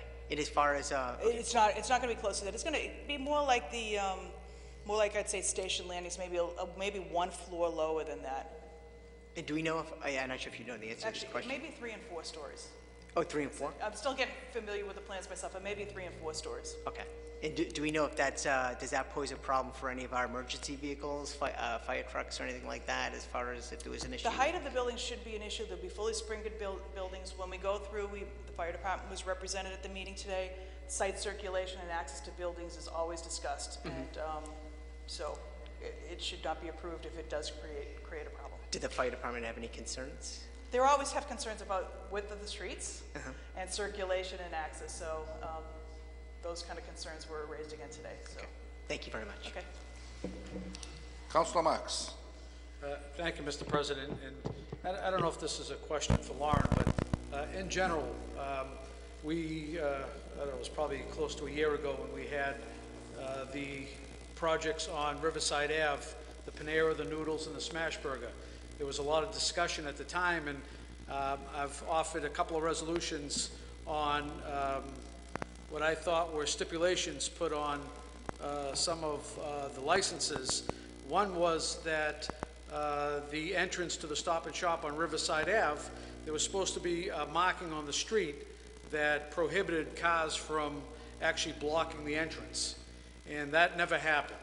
Also, one of the stipulations was to have the crosswalk across from Panera Noodles and Smashburger replaced from the gas station down to the other gas station on the Fellsway, and that has yet to happen. You know, my concern is someone that lives in the area and drives the area is from Locust Street down to the Fellsway. The road is not clearly marked, so it appears to be a two-lane road, and people drive it as a two-lane road, but there's no dividing line. Secondly, the sidewalks, if you walk down any portion of Riverside Ave, going to Locust or going to the Fellsway, there are trucks parked all over the sidewalks. You cannot walk down without going in the middle of the street. So, you know, these projects may create a safe walking area, pedestrian area on Locust Street, but once you exit Locust Street onto Riverside Ave, there the problem presents itself. And I have a lot of concerns about the size of this particular project. I'm not against building, you know, I welcome it, but this is a huge project, 490 units. I think it's 780 parking spots. From what I read in the local paper, the developer had a traffic impact study and said there'll be absolutely no impact at all to that area, bringing in 490 units. Good luck to them. I'm not sure, you know, if those people live in the area. But I could just tell you, coming down Riverside Ave every day, the cars queue from the Fellsway all the way up to the fire station on Riverside Ave. And that's without this project and without the improvements that are being done to the Meadow Glen Mall. So there's some grave concern that we have to discuss as a council. And these are public safety concerns in the area. And, you know, growth is fine and development is fine, but I think we have to take a long look at the infrastructure. And this city has yet to bring its infrastructure up to the 21st century. And Riverside Ave is notorious, especially in that stretch from Locust to the Fellsway. And we did very little to help alleviate the concern from residents that live in that particular area regarding the traffic coming out onto Riverside Ave from the new establishments in the Fells Plaza.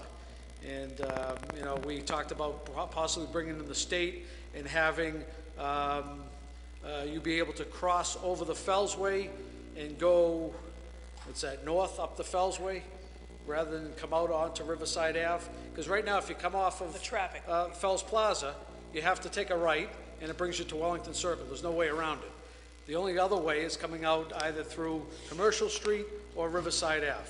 And both ways lead you to Riverside Ave, which is a real nightmare with traffic already. So at some point, Lauren, I think that these issues, and I know you've discussed pedestrian safety and bicycle and so forth, but these issues on Riverside Ave need to be discussed also. And the two stipulations that I recall that were put as a stipulation on the license were never done. And I offered a few resolutions, and I still can't get an answer. So there should be conditions that were attached to the Board of Appeals. We can take a look at that. And I know there was still some finished work, you know, because they were finishing up some of the site work at the very end of the season. They were working with the city engineer. I know the sidewalk that was replaced across the street, it was in bituminous. That's supposed to be concrete, so I know that has to be completed. And perhaps there was some striping also. So I think the council put a condition in regards to the drive-through. Oh, so it's a condition on drive-through, okay. Not on the common victualer's license, but on the drive-through. Right, well, we can check with the building department inspector, make sure that they have those conditions. If you could, the striping at the exit of Fells Plaza, cars just queue up there, no one can get out of Fells Plaza. It's really, you take your life in your hands because they're trying to get out of there in the worst way. You're trying to get through the Fellsway with a set of lights. It really is a gridlock. Thank you, Council. It's a real gridlock issue in that area. And I think at least the striping would help to notify people that they really shouldn't block that entrance. And also the sidewalk across the street. Right. And you know, I think we don't own property over there, unfortunately, but if there was some way to increase connections and get some traffic to get out to Commercial Street, it would just, things would flow a lot better, and to get out to a signalized intersection, that would help a lot. Well, as part of that project, we did put a sign requesting people exit onto Commercial. I don't know how many people are using it, but I can tell you it doesn't appear that people are opting for that.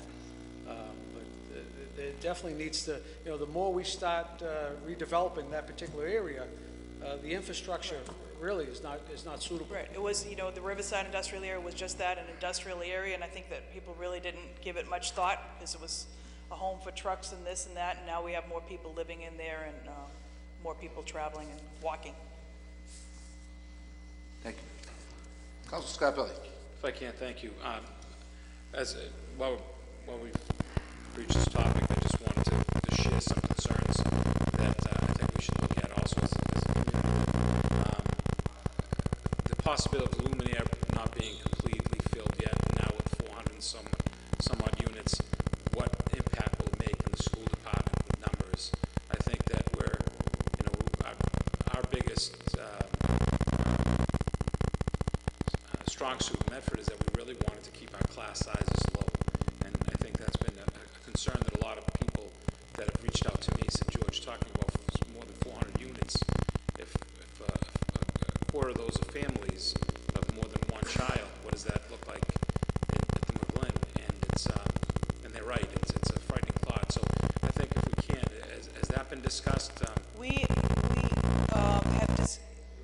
They're going to do an economic study, and they're trying to contact Roy Belson. I don't know if they did, but I can call them and make sure that they, you know, address specifically school population. The distribution of the units are predominantly single and twos and a few threes, but sometimes people stay someplace with it longer than they thought they were going to do, and all of a sudden a family's with them, and they didn't necessarily, you know, maybe they thought they were going to own a house someplace, and that doesn't happen. So I think it's a legitimate concern, and they should be able to address that question. Okay, thank you. Thank you, Mr. Scott, Councilor Scott Pelley. On the motion of Councilor Longo Kern. Roll call. Roll call vote that we have a meeting with Lauren DiLorenzo, her department, the two developers of the Wellington of the Metal Gun projects, and all appropriate department heads. Hopefully before the end of May. I know it's budget season. I mean, everyone's. Okay. You want to do the two meetings together, or you want to do them separately? If we can get the. I will caution that the other project is just beginning its permitting process. Okay, so well, Just the Metal Gun Mall. maybe we just do the Metal Gun Mall first, and then as the other one. Right, and you're all welcome again to participate in any of the Community Development Board meeting is next. That's the 18th, and then the Board of Appeals, I believe, will probably be the last Tuesday of the month. Thank you. Thank you. A roll call vote has been requested. Mr. Clerk, if you call the roll. President Del Russo. Yes. Council Falco. Yes. Council Knight. Yes. Vice President Kern. Yes. Council Marks. Yes. Council Scarpelli. Yes. Council Pavilion. Yes. Motion passes 7-0. 16-456, offered by Vice President Longo Kern. Be it resolved that the Medford City Council schedule a meeting with the mayor to continue discussions that are of concern, such as status of the Medford Public Library, the transparent succession plan of our superintendent, parking enforcement and the issue of parking on sidewalks, staffing changes at Medford City Hall, and other topics that are of concern for the administration and the council. Councilor Longo Kern. Thank you, President Caraviello. I put this resolution on. It was about 6 weeks ago now that maybe even almost 2 months now, that we sat down with the mayor of the community and discussed really just pinpoints of what she wanted to inform us of. And I think we definitely are in need of a second meeting. We're in the beginning of May. We have a budget that should be coming out, you know, sooner rather than later, and a number of serious issues that are, you know, going on in our community that need discussion. We need to know what's going on. And I feel like we're not being apprised of some pertinent information that we're kind of just hearing rumors on, and people are asking us questions and we really don't know how to answer it. It's almost like we're continuing this genre from what we left off on, from learning our information from the paper. And I think that's really unfortunate. One of these 4 issues are important to me. I know there's other issues that are of concern. I think they're extremely important that we sit down and meet with the mayor as soon as possible. The first is the Medford Public Library. I've been a big advocate for to redo the roof, obviously, and put some necessary upgrades within our library. The leaks are a serious problem. We've expended money on that, and just would like an update with regards to where we're at and when everything's going to be complete and where we're going moving forward. With regards to the transparent succession plan of our superintendent, this is of grave concern to a number of parents, a number of residents. There are, I think, 2 petitions going around, one online and one hard copy, with regards to parents who have formed a group and are really, they're concerned about what's going on and they want transparency. I know that the contract was an issue last week with regards to the superintendent's contract. I did get a copy from the school committee's attorney, and the school committee, within the contract, it does state that the school committee shall advise the superintendent of its intent to extend his contract by June 30th, 2016. Nothing has been brought to the table with regards to what their plans are. If they have talked about it, it's in executive session, and we happen to know nothing. And I think that's of grave concern and something that obviously the mayor of the city could enlighten us on, because she does sit on that committee. Within the contract, it also mentions that the committee agrees to evaluate the superintendent using a 5-step process, which includes self-assessment, dual analysis of goal setting, and plan development, implementation of the plan, mid-cycle assessment, and a summative evaluation to a schedule agreed upon by the parties. That's supposed to be done every year, and I believe somewhere within this contract, the evaluation portion is 2 pages long, but there should be a final evaluation report from not only the superintendent himself, but each individual school committee member was to create an evaluation of the superintendent. And I think there's some key issues that the parents are talking about, that school committee members are talking about, that residents are talking about. It's really affects our budget. It affects the city as a whole. It's the reason why I voted, part of the issues are the reason why I voted against the budget in June 2015, because I believe that the school department is somewhat top-heavy. You have the kindergarten aides who are only allowed to work 3 hours per day. I believe it's 3 hours per day. I could be quoted maybe a little bit more than that, and are getting minuscule raises, where you have the upper-level department heads, some of which are making, over the 3 years, once, you know, I broke it down in spreadsheet form, 15% raises in 3 years. You're talking tens of thousands of dollars per person each year. This has nothing to do with the person that's listed. It has to do with our budget. It has to do with the PR job that was put in about 4 months ago, and the fact that there's not, you know, that's a $90,000 job. Where is my, and then I got calls from teachers with regards to books, and books needed to be replaced, and lack of stipends, and a whole host of issues. Maintenance of our schools was pointed out to me. A 5- and 10-year building and grounds maintenance upgrade plan. Issues with the facilities and community schools. Our schools are a level 3 district. We have decreased MCAS scores. This is of concern. I mean, I am passionate about it. I have kids in the school. I have a lot of friends with children in the school, and it's something that the city council needs to take hold of, and we need to get involved. Number one, it's involved with our budget. Number two, I have people calling me. Lately, I feel like I'm on the school committee and the city council.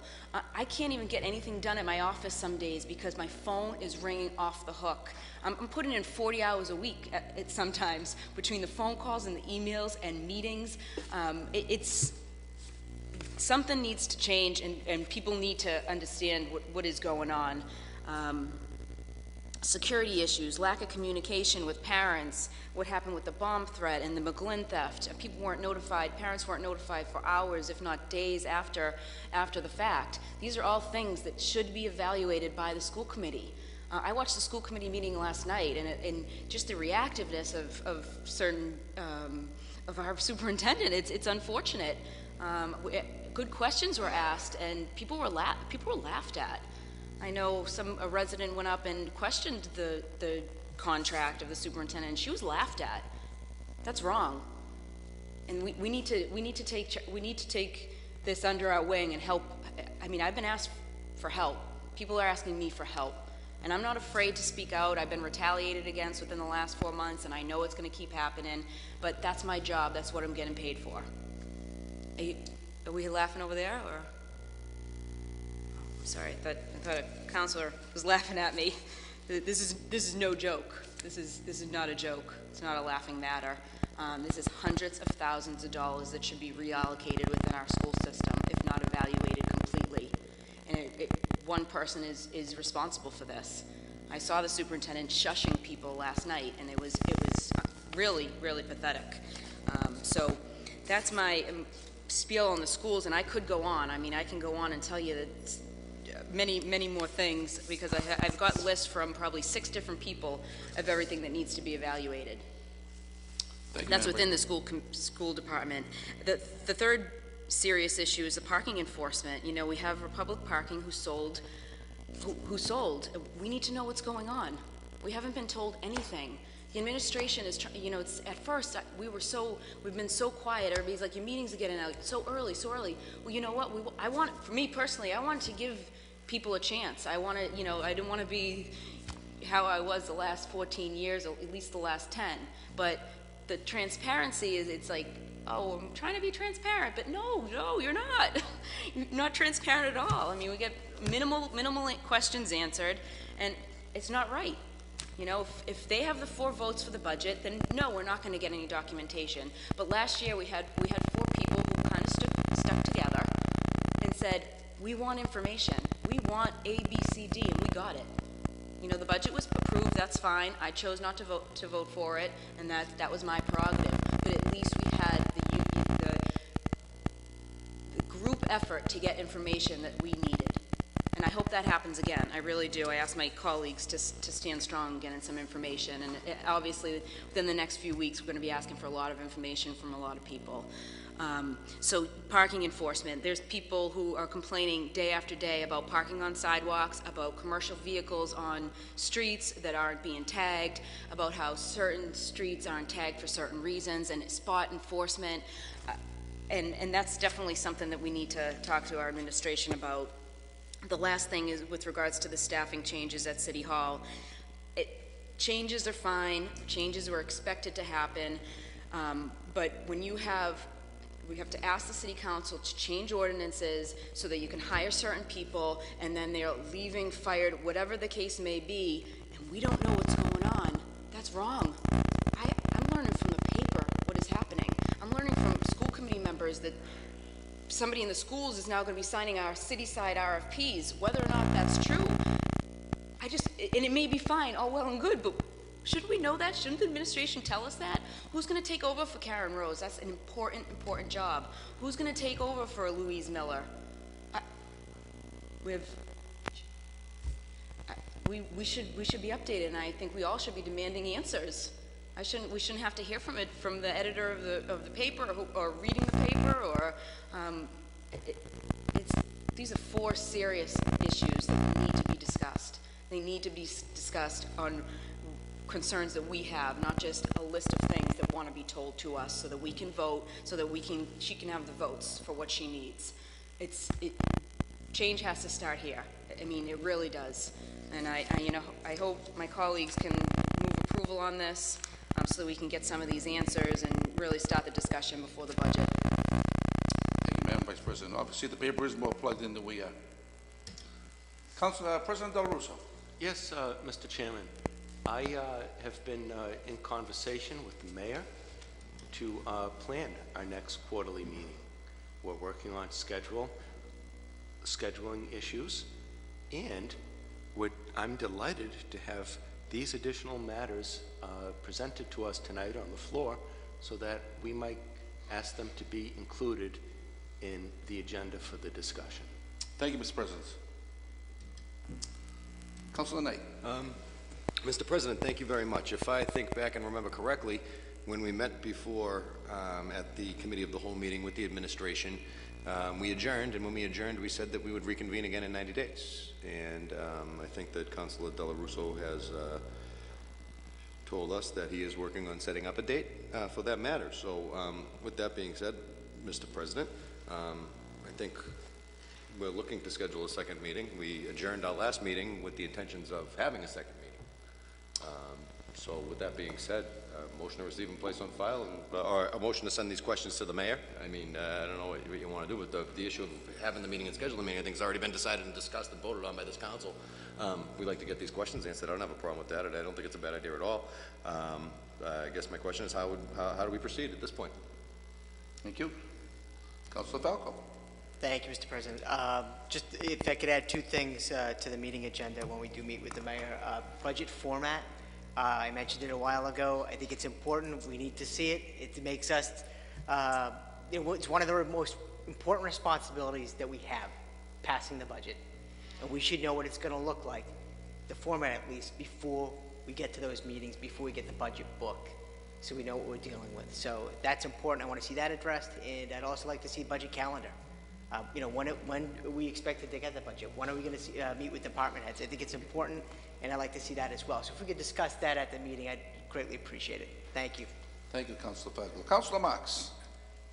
Thank you, Mr. President, and I want to thank Councilor Longo-Kern for bringing this up. And I too agree that in addition to what was mentioned by Councilor Longo on important topics, the capital improvement plan that we've discussed for the last several years should be a topic of discussion regarding our municipal buildings.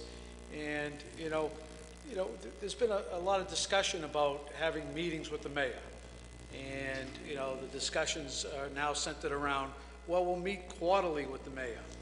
And I would say, what happens between the quarterly meetings?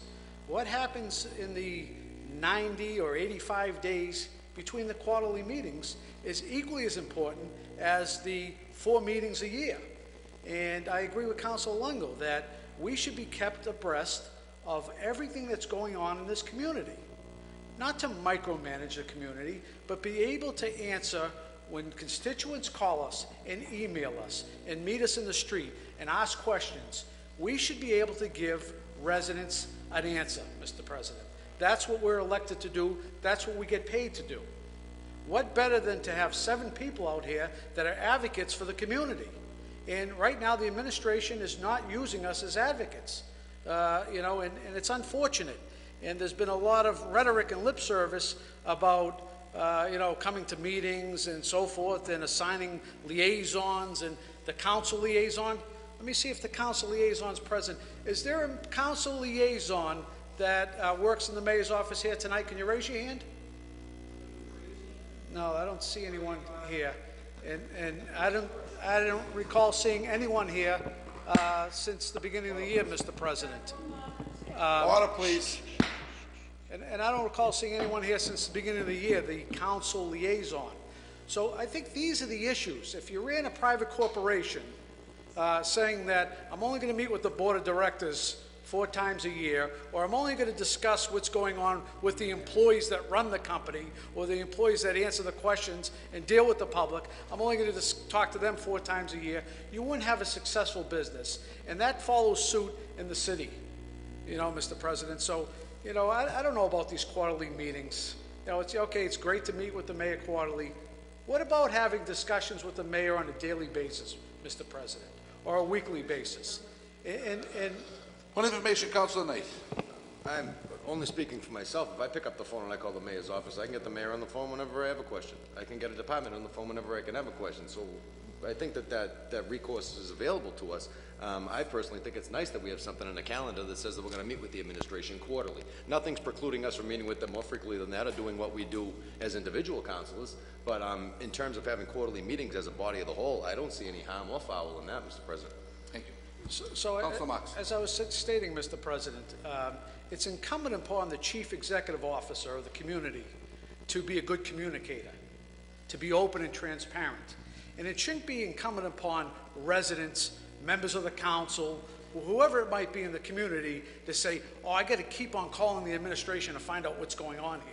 Or I got to keep on calling to, we may not have to call the administration as many times if the administration was willing and open to present this information to us in the first place. So there's definitely a breakdown of communication already, and I hope it doesn't continue this way. I know it's a new administration, and I know there's a lot out there happening, but definitely the transparency, communication, and just lack of response to this council is evident so far, and I hope it improves, Mr. President, not on behalf of me or on behalf of the mayor, but on behalf of the taxpayers who are paying the bills in this community and expect government to communicate with each other. You know, anyone can pick up the phone. Councilor Knight's correct. I could pick up the phone 12 times and call the mayor, but I don't think government should operate that way. Nor do I think the mayor should receive 60 phone calls from this council a week either, Mr. President. And if communication was flowing the way it should flow, there wouldn't be a need to pick up the phone every minute and find out what's going on with appointments, what's going on with programs in the city, why aren't the crosswalks being painted, what's going on with the Field of Dreams behind the high school, what's going on with the number of issues. And, we have the positions now established. We have a liaison to the council. Let's see that in motion. Let's see that work. We have a business liaison. Let's see that work. Has this business liaison been out to the different business districts in the community, asking what the needs are? I don't know. Maybe that happens on month 8 of the year. I think that position is currently being reviewed. Well, it currently may be being reviewed, but what I'm saying is if the positions are there, they should be working. And if something's not working, it's not a terrible thing to raise an issue or raise a red flag. It really isn't. So I thank you, Councilor Longo, for bringing this up. Thank you. Point of information, Councilor Longo. Just, thank you, President Caraviello. Just on that point, the liaison, I feel, at this point, has never come to a meeting. I feel like it is a joke. And I have department heads, some department heads are open, and supposedly they were told they can't meet with the city council without approval, just like they can't talk to the paper without approval. And I mean, there are people speaking out. Things are not going well. So we need to get a meeting going and find out what is going on. Thank you very much. Name and address for the record, please. Thank you. Jean Martin, 10 Cumming Street. And there's an overall question about communication and the role of the mayor with the council. And then there's a subtopic that I'd like to discuss. But the overall is it needs to improve because it kind of feels like the old is leaking into the new. The old administration habits are leaking into the new. And maybe just having email alerts to all of you from the mayor's office when an important position has been filled, whether it be the liaison, whether it be whatever, whether it be a hiring or whatever. Just, you don't have to say, I fired so-and-so today or whatever. Just put, so-and-so has left. And, just so that you guys know what's going on, because there are some people who feel very comfortable calling the mayor every time, and there are people that don't feel that they should be calling the mayor every 15 minutes. So, there are ways to improve that communication, and I want to encourage that because she has a lot on her plate. It's a big, big job to take over for the last administration. So I want to encourage communication, and I want to put a positive spin on that. Someone said this week that when they hear me speak that I'm always respectful, and I hope to constantly be respectful when I'm up here, because then people have a harder time, kind of denying what you have to say. So the more respectful we are when we're up here. Yeah, a regular person told me that this week, that whether she agrees with me or not, I'm always respectful, and so she has to consider what I have to say. So, and I hope to hold that. I hope to always hold that. Secondly, one of the things that you specifically mentioned, which I was at the school committee meeting last night, and the superintendent was testy with Ms. D. Benedetto in an inappropriate way because she was asking valid questions, and he got testy. He's from the old administration. He's been around forever. My sister graduated in 1975, and he was a history he was a teacher back then for her. So I mean, it's not that he's a bad guy. It's that he's been around forever, and he's part of the old legacy of the past administration. I mean, can you imagine? He's been around since the new school was built, which is an old school. He's just been around too long, and fresh eyes on the school system is something that should be considered. I'm not saying he should be fired or replaced or whatever, but that we should. Point of information, Councilor Knight. The gentleman's under a contract, and when the contract expires, they'll either renegotiate a contract or not. You know what I mean? But I mean, to say the gentleman's got to go, I think that's problematic. I didn't say he has to go. President. Excuse me, sir. You are correct, he is under contract. Yeah. Thank you, Councilor Knight. Councilor Knight, excuse me, I didn't say he has to go. I said there is absolutely nothing wrong with looking at other people that could come into this city to re-look at it and give a fresh set of eyes to our school system. Because we do have a new population in Medford. We don't have the old population. And he has a lot of bad habits from the Mayor McGlynn years. Nobody that worked under Mayor McGlynn for that long doesn't have, but. Point of order, President Del Russo. Mr. Chairman, I'm just concerned that people are being spoken of in a way that's not appropriate for public discussion. They're not here present with us to offer defense on their character. That's a fair question. That's a fair statement. Thank you, Mr. President. Fair statement. Yeah. That I shouldn't be, but there is absolutely nothing wrong with having a brand new look. I think those issues are up to the school committee to make. What's that now? I think those are issues for our school committee to make those decisions. Yeah, but if she's getting phone calls all day long, this is the last I think we all get phone calls. I'm sorry? I think we all get phone calls and emails. Okay, my point to that is this is the last line of defense. This council meeting is the last line of defense. When people don't feel like they're getting their answers from the school committee or any other place, this is the place they come. So, and I'm not a parent. Huh? One information, Councilor Longo-Kern. Rick, I appreciate that too, but I'm getting calls from other elected officials, teachers, parents. I'm getting calls from the school committee for help. And I think that's why Councilor Longo-Kern has asked for the meeting, and hopefully we will get the bottom of these things. Absolutely. And thank you very much for listening to me. Thank you. Name and address for the record, please. Nick Thomasuk, 29 Garfield Ave. Councilor Ahern right there about the parking on sidewalks. There are parking spots in front of these people's houses and they gotta stick the car to block the sidewalk. I sat on my stoop the other night. I counted 5 commercial vehicles on my street, a detached commercial trailer. The sidewalk was blocked 2 houses down from my house. A cop drives down the street and just keeps right on going. Who do you have to call in order to get laws enforced in the city? Commercial vehicles should be off the streets by midnight. Exactly. You are correct. This thing sits there this is the 3rd summer he's back. The thing moves 5 times a year when he goes racing his motorcycles. That's the only time it moves. My daughter's car broke down in front of her house. It was there for 2 days. They were ready, they didn't only tag it, but they were down there with a tow truck to tow it. And then when you try to cross at a light on the crosswalk, these idiots don't know what a stop line is. And how many times I almost got killed at this rotary over here because they don't know what a yield sign means. Put a cop there. Damn it, stop punishing these people that are breaking the laws in this city. This is not, some off-the-wall, city. Somebody has to take the bull by the horns and get the people that are supposed to be doing these jobs to do their jobs. Like at the school, the Roberts School. You know how much bullying is going on in that school? And nobody cares. They go on seminars for bullying, and they don't know how to handle it. Or we'll have a meeting with the parents. Or we'll have a meeting between the 2 kids. What the hell good is that going to do? He's a bully. He doesn't belong in a regular class. Maybe there's something wrong with him. He needs some kind of attention, special attention.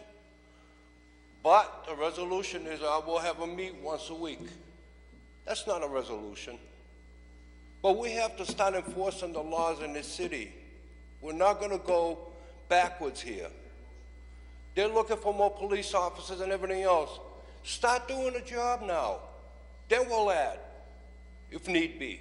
Well, that'll be part of the meeting with the But mayor. we have to start enforcing the laws I think we're all in agreement with with the that. stop lines and the yield signs and park blocking sidewalks and all this other baloney. We gotta start doing it. Thank you. Thank you. I think we're all in agreement with you, sir. Thank you. Name and address for the record, please. Angela Moore, 30 Vine Street. So I was the resident that asked at the school committee meeting regarding the superintendent's contract. And the reason I asked was because it became clear to me that it was coming up within the year. I understand he's still under contract. But to find a superintendent is a lengthy process. And I was simply asking the school committee to start a succession plan, to figure out what was going to happen if Mr. Belson decided to retire or if his contract was not to be renewed at the end of his contract. And I asked them to do it by June of this year. And I came here tonight and found out that it's actually in his contract that they should be doing that. But when I asked them at the school committee meeting, it was crickets. There was nothing. There was absolutely no response whatsoever except for Mr. Belson and the mayor's somewhat questionable response. So my question to you is there a set of checks and balances? So when I go before the school committee and I feel I'm either not being taken seriously or I'm just not getting any answers, do I have the right to come to you? Because I've asked the school committee, I've asked the mayor, and nothing has been done. So where do I go from that? Do I have to start a petition to say, hey, this is what's going on and I'm not the only one? I'm not crazy? Or can I come here to you as another body of elected officials to say, somebody has to do something? And if I'm not getting the answers when I ask, where I'm supposed to ask, then where do I go? Councilor Longo. Thank you, President Cariello. This was the school department's budget last June. This is what I reviewed. This is what we probably all reviewed. And we had to get more information on it. We had to discuss it. I have it all tabbed. This is additional information that we requested, and 4 of us stuck together and we got the information from the school department. This is a city council job because we approve the entire budget. The school and the municipal side is put together. So anybody, and I'll say it loud and clear because I've been getting calls from a number of people, and that's fine, within the school department, within, number of parents. I review this budget. I believe anybody should be able to come in front of the city council to discuss issues, concerns, or problems and try to get resolves. So yes, my answer is absolutely. Anybody can come to the city council to discuss a school issue, and I believe we all have discussed school issues. We all discussed things that we're passionate about and that we're concerned about. So this is what I reviewed in June, and there's more at my house. But I bring it sometimes with me every week in case somebody has a problem with me talking about a school issue. Anybody's welcome at the city council meeting, and even the mayor put out a parliamentary procedure book, and it states specifically everybody to be heard, and so that decisions can be made without confusion. So this was given to us in the city from the mayor. We can talk about any issue because I think my good colleague from the past, Councilor Caputo, said that when he wants to talk about school committee issues, the buck stops here. We review it. We have to approve it. We have to decide and ask questions on it. So again, anybody's welcome to come and discuss issues, especially when it's with regards to hundreds and hundreds of children that go to our public schools. Thank you, Vice President Green. You are 100% right. This is the People's Forum, and they are free to voice any concern they have to this body at any time. On the motion, on the motion by Vice President Longo Kern that the City Council schedule a meeting with the mayor to discuss the public library, succession plan for superintendent, parking enforcement, parking on sidewalks, staffing change, and other topics that are concerned to this council. Roll call vote has been requested. And as amended by Councilor Falco, the budget also. Budget format.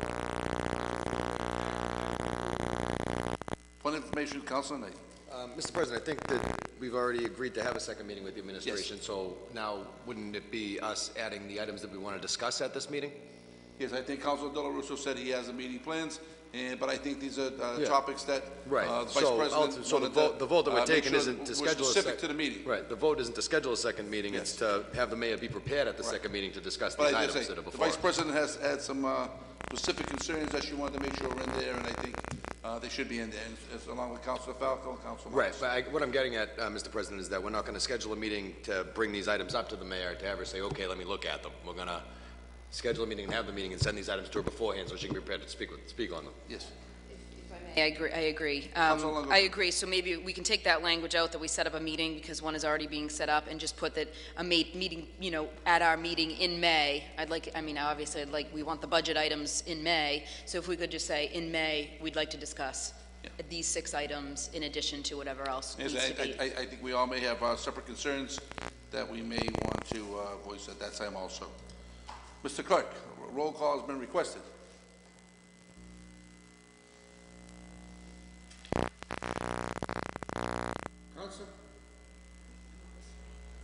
Council Falco.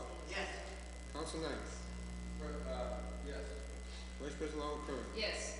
Council Marks. Yes. Council Scarpelli. Yes. President Del Russo. Council Caviola. Yes. Motion passes, 6 in the affirmative, 1 absent. 16457, offered by Councilor Marks. Be it resolved that the most recent street sweeping notification to Medford residents be discussed. Councilor Marks. Thank you, Mr. President. Here we go again, year after year. We have a street sweeping program, but we have improper notification to residents. And we have a lack of permanent signage, which in my opinion would solve a lot of issues regarding notification. I realize the city has put out electronic billboards in certain areas to notify residents. I know the city will tell residents to go look at a city website, and I know the city has done reverse 911. However, Mr. President, with that being said, we still have residents, and most recently within the last week, that were tagged and towed at $176. Can you imagine coming home from a hard day's work and finding your car not in front of your house and finding that you have to go pick it up and pay $176? And this was a resident, Mr. President, on Hamlin Ave that has a landline and never received the reverse 911 call. So they picked up the phone and they called the administration up, and the administration asked the person, how long have you been in the city? And the person said, pretty much my whole life, a number of years. And the person on the phone from the administration said, well, you should know better that street sweeping's done in the spring and the fall, and you should know better. And the gentleman went on to say, well, I was never called, I never received the reverse 911 call. And the administration checked into it, called the police department, and indeed this landline, which is a Medford number, was not part of the reverse 911. And the resident went on to say, well, what are you going to do for me now? And they were told more or less that they could try to appeal the ticket, but the tow for the most part was a done deal, and that maybe better luck next time. And, this is just one out of many, many stories. And then I was told by an officer that there were so many tags and tows in certain areas that the administration sent out a message to the police department, stop tagging and towing. So here you have someone on Hamlin Street that received a $176 ticket, and someone 3 streets over that happened to be in that grace period when the administration gave their blessing to the police department because of the number of phone calls and the number of irate residents calling up saying, I was unaware of this, that the administration asked that tagging and towing cease. So, I don't know why this community can't come up with a full-fledged street sweeping program. And I'm not asking to do what the city of Somerville does twice a week, which is a great program. They have signage there, they have permanent signage, and in a thickly settled area, one of the, actually it's the thickest settled area in the United States per square footage and population. They're able to sweep their streets twice a week, and we do ours twice a year, and we can't even do the proper notification. So I've been asking for years now that the administration create a full-fledged street sweeping program.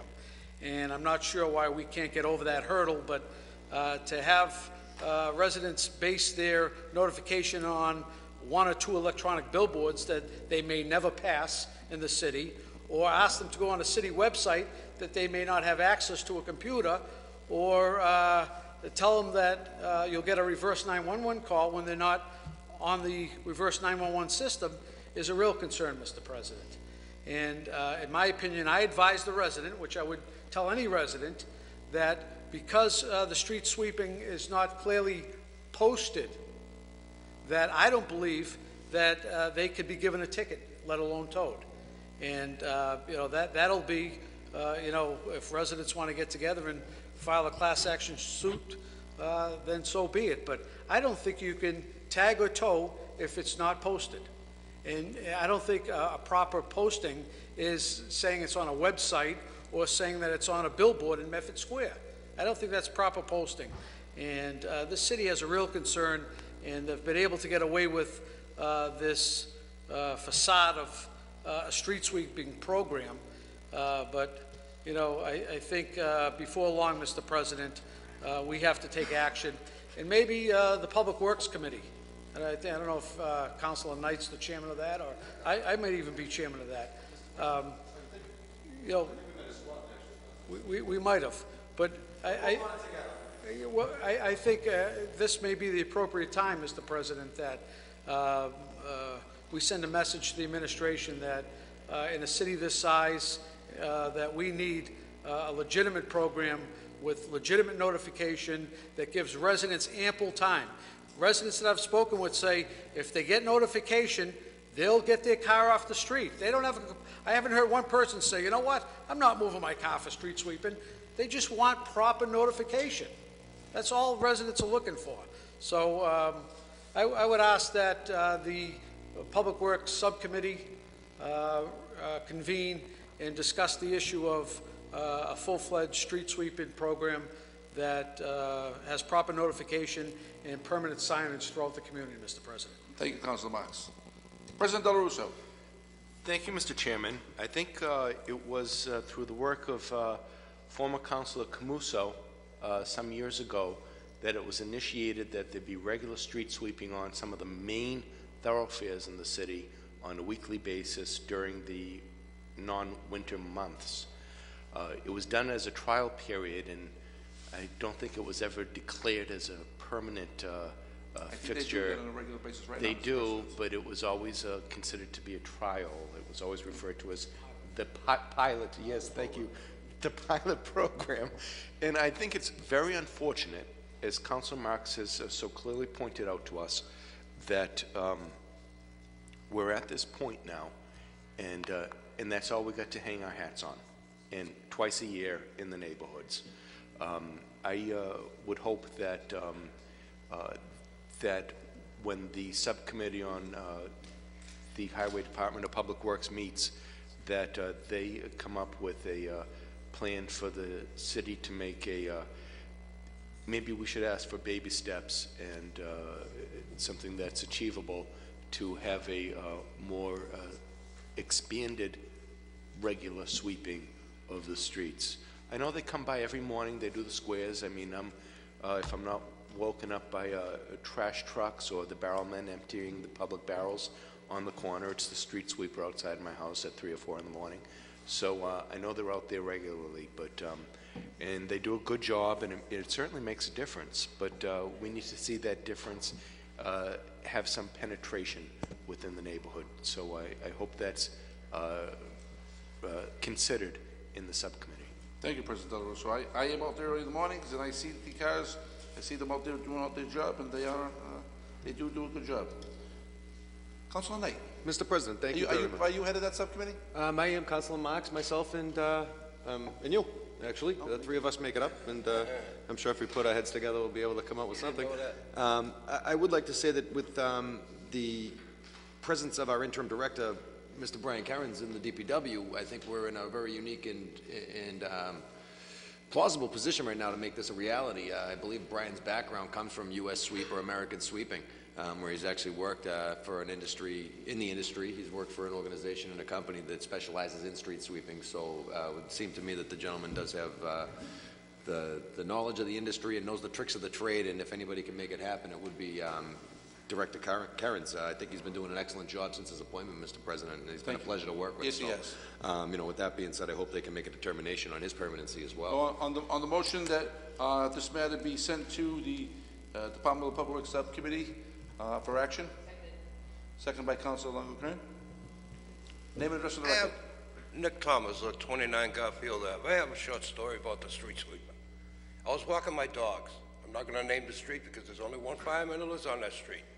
But cop was there and a tow truck was there. Tow truck picked up the car.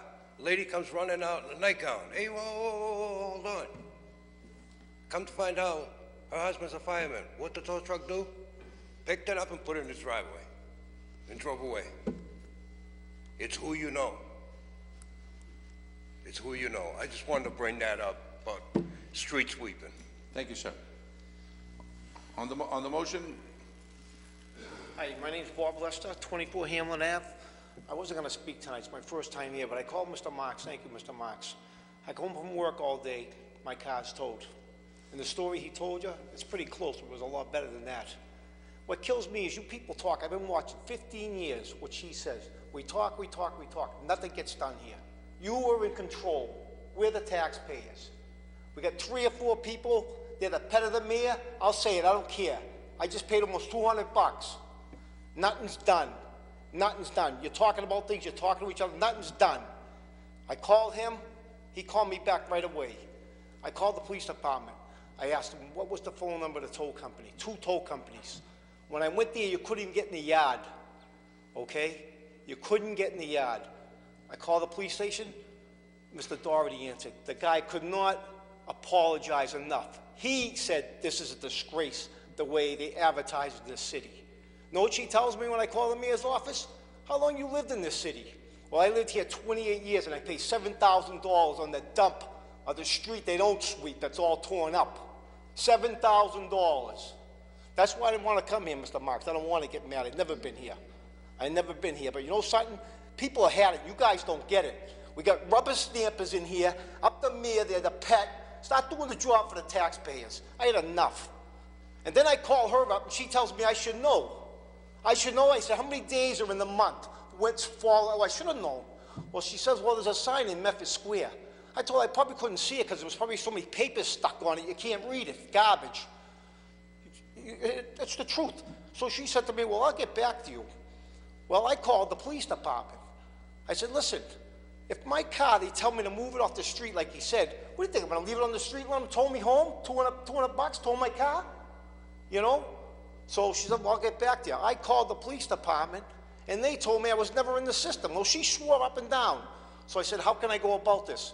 Well, you could try to contest the ticket. You got to write a letter to the traffic commission.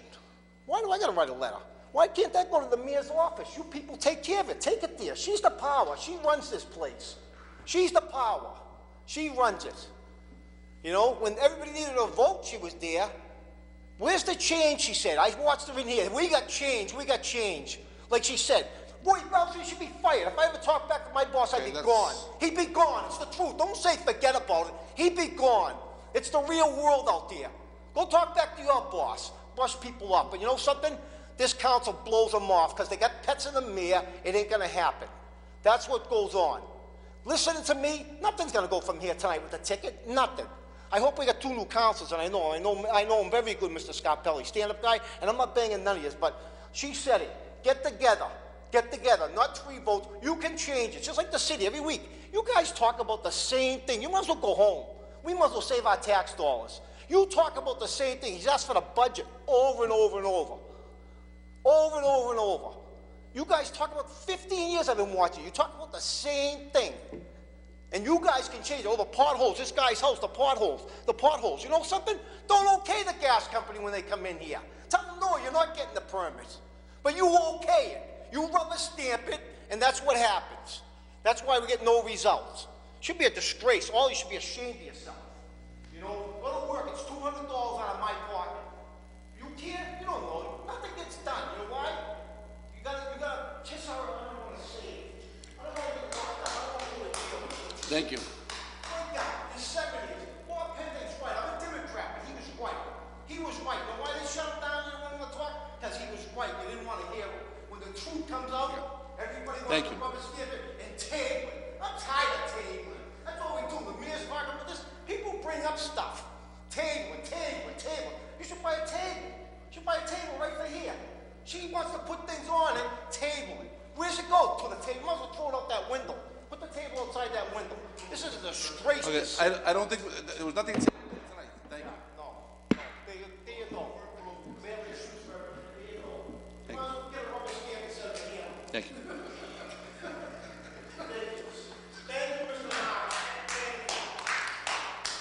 On the motion of Councilor Marks, that we send this to the Department of Public Works Committee for a resolution. All in favor?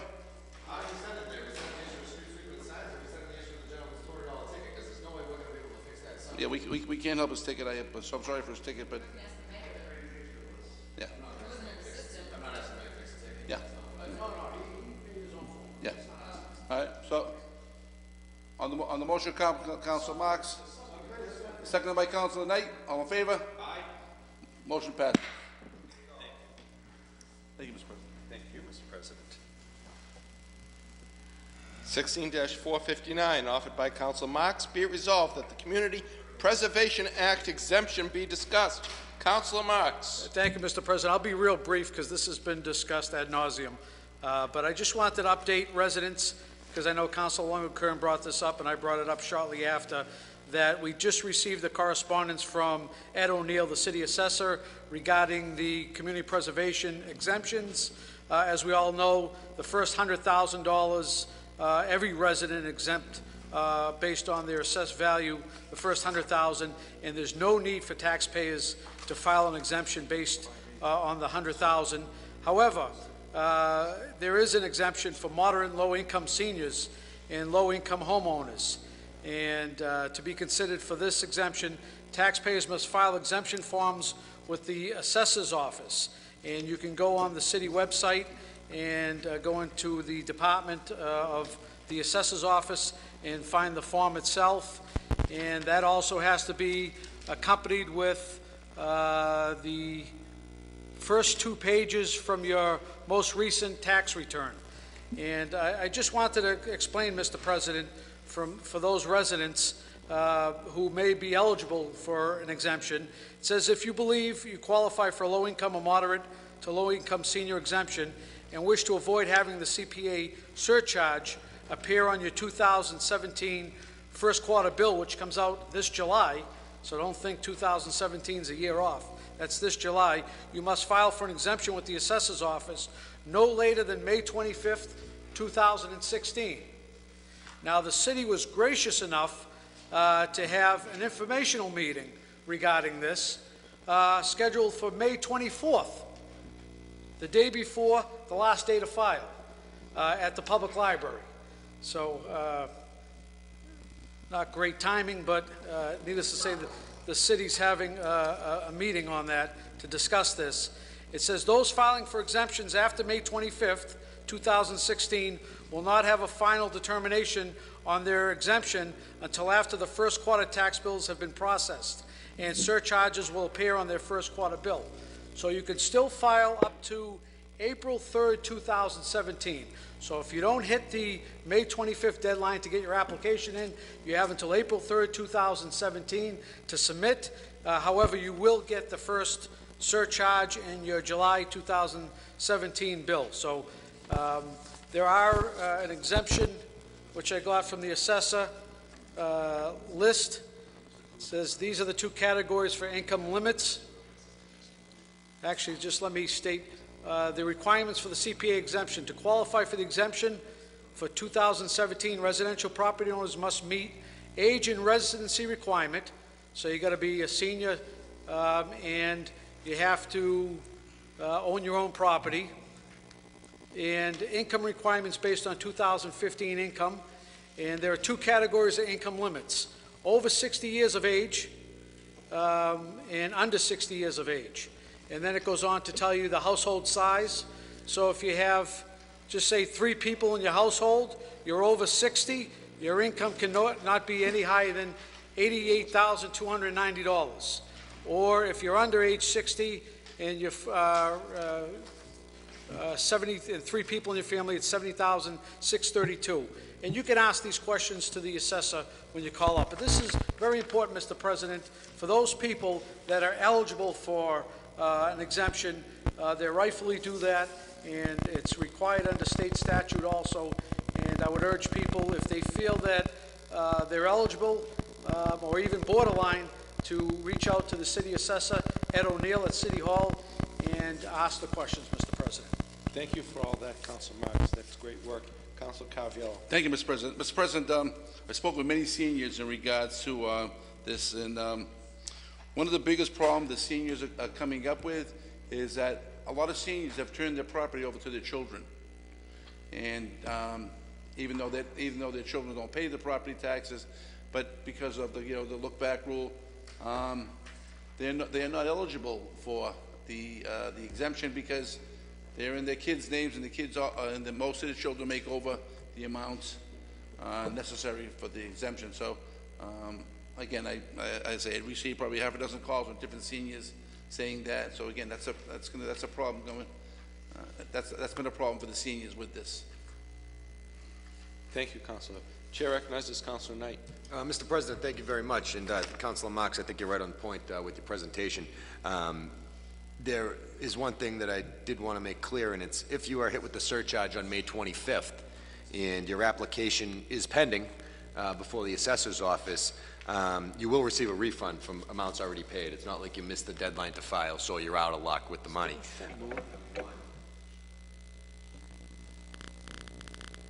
Ooh, what did I do? And the second item was that any residential property owner who currently receives an abatement or a statutory exemption is automatically entitled to a proportional reduction in the CPA surcharge. So if you get a reduction for being a disabled veteran, then you'd be able to get a proportional reduction on your CPA surcharge as well, Mr. President. Thank you, Councilor. Chair recognizes Vice President Kern. I apologize. I pressed one of the buttons that makes everything go blank.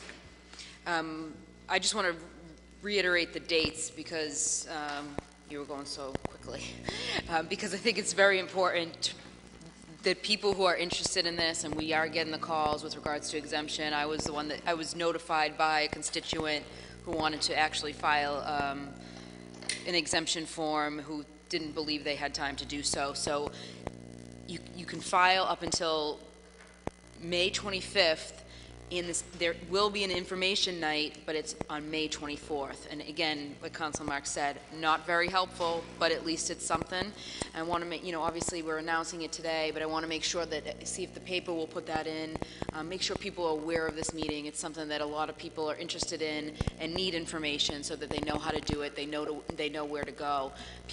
This has not hit the council yet. People are not going to complain about this, besides the few that obviously have been outspoken at the council floor until this hits us in July. That's once January hits, we get some emails and phone calls, and we're going to get hit.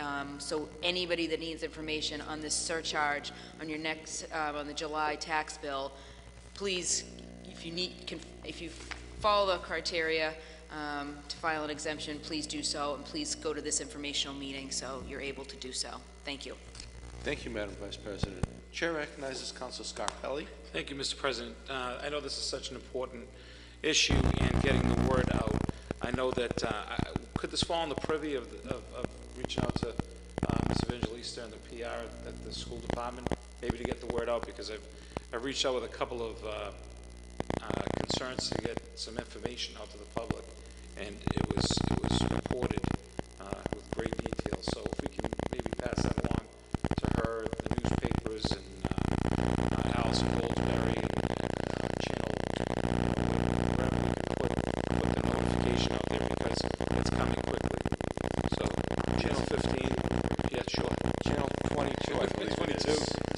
too.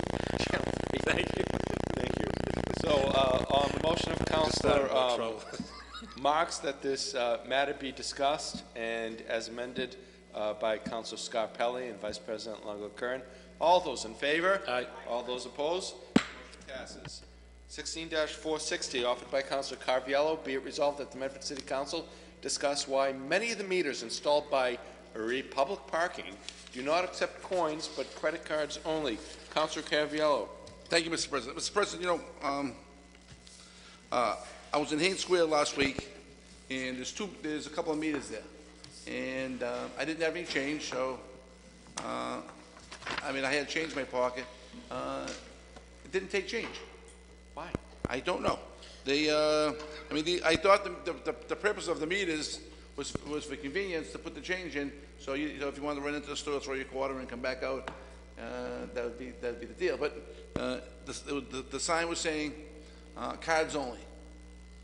Cards only. So I did receive a call from the mayor's office saying that those particular meters were broken and now fixed. I don't, but that happened to be the case in other ones that I had worked also. And I know the parking's been an issue with this company, and like I say, I'm still waiting for the reports on the parking that we asked for in January. I know Alex has them, but you know, I don't think any of us have actually received them formally. And I've also asked for a meeting with the company to discuss their practices and policies. I mean, this council himself is up to 10 tickets now that I've paid, and I get a ticket Saturday during the cleanup.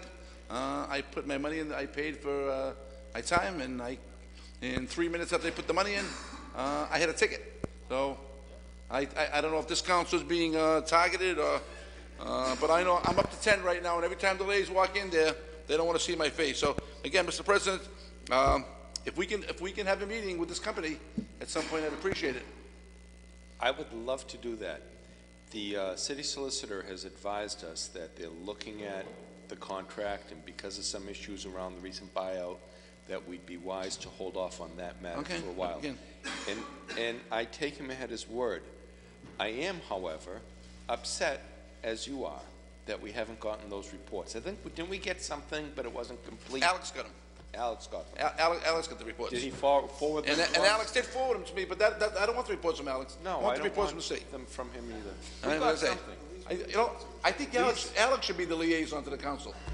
The Louise Miller sent us, the clerk corrected me, Louise Miller sent us something in January. Chair recognizes Councilor Knight.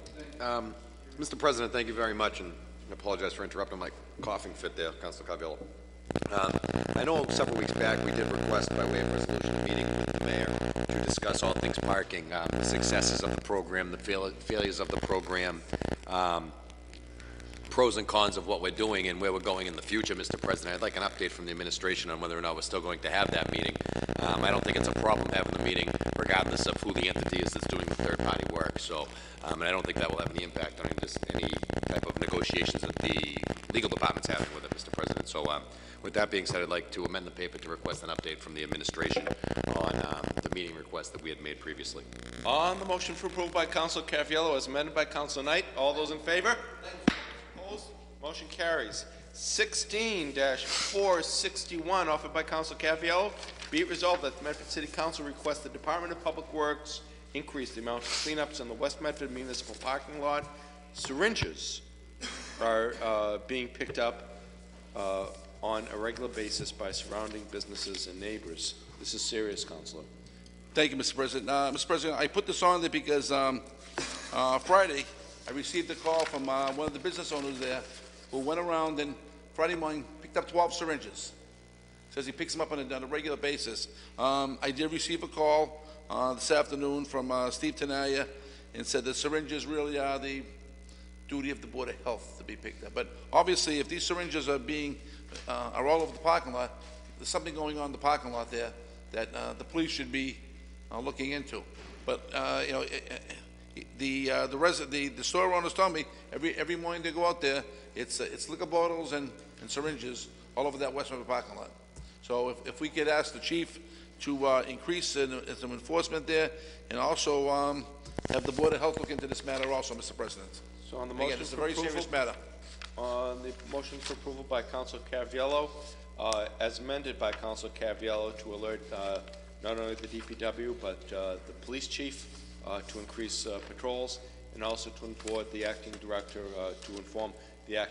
of public health. Councilor Knight. Mr. President, thank you very much. Thank you, Councilor Caviello, for bringing this forward.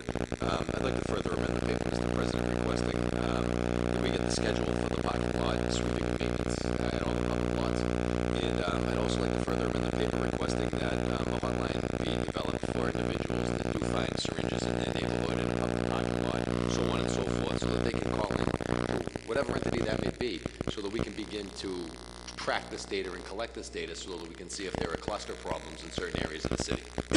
That's correct, and there are also regulations on how those types of shops are handled.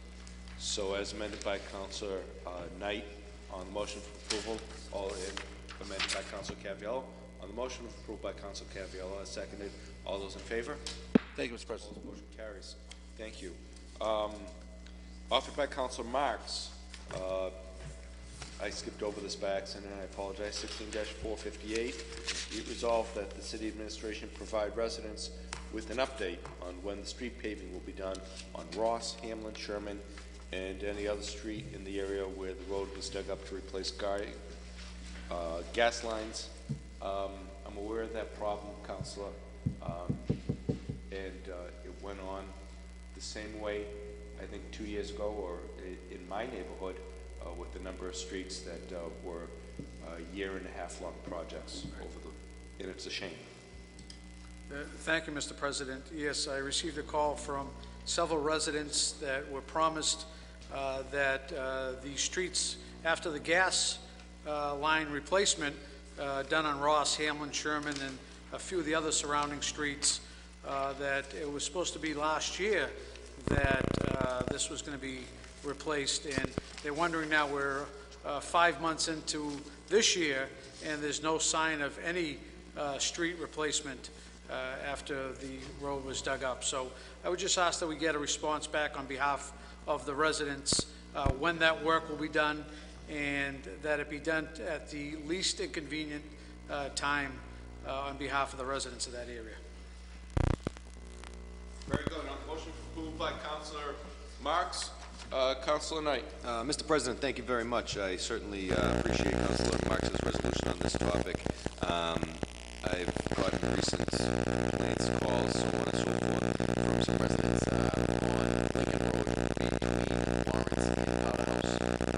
These residents were fortunate enough to have their street put back.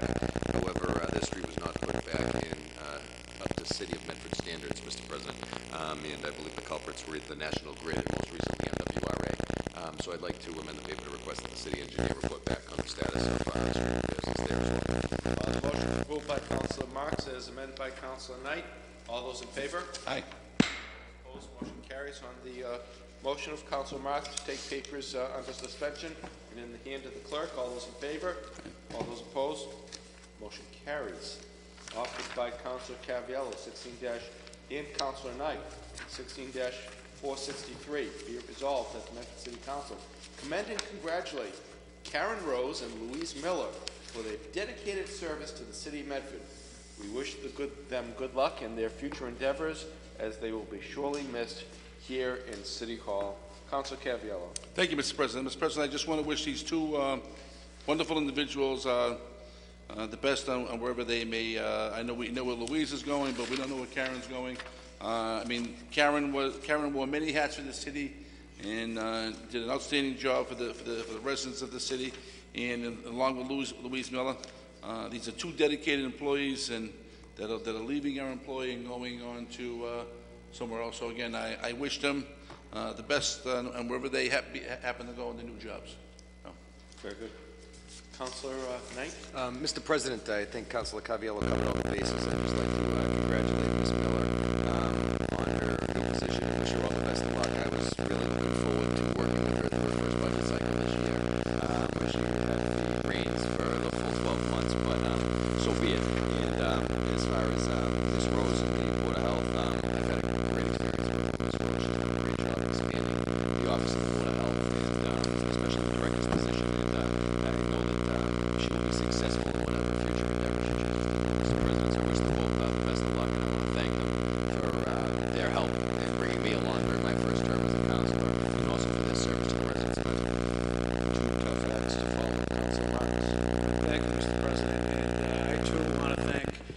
Karen Rose. She's been with this community a number of years, and as Councilor Carviello stated, she was there when the mayor asked her back some years ago to take over the senior program across the street. And that department, I don't know if anyone realizes, but that department back some 20 years ago was a two-person department. And Karen grew it into a legitimate board of health with, I believe, 12 employees. And their networking and information that they provide not only to the Board of Health and residents of this community, but also assist behind the scenes the police department on a number of issues. And Karen has done yeoman's work in creating a department that I think we all can be proud of. And she's going to be sorely missed. She's a wealth of information.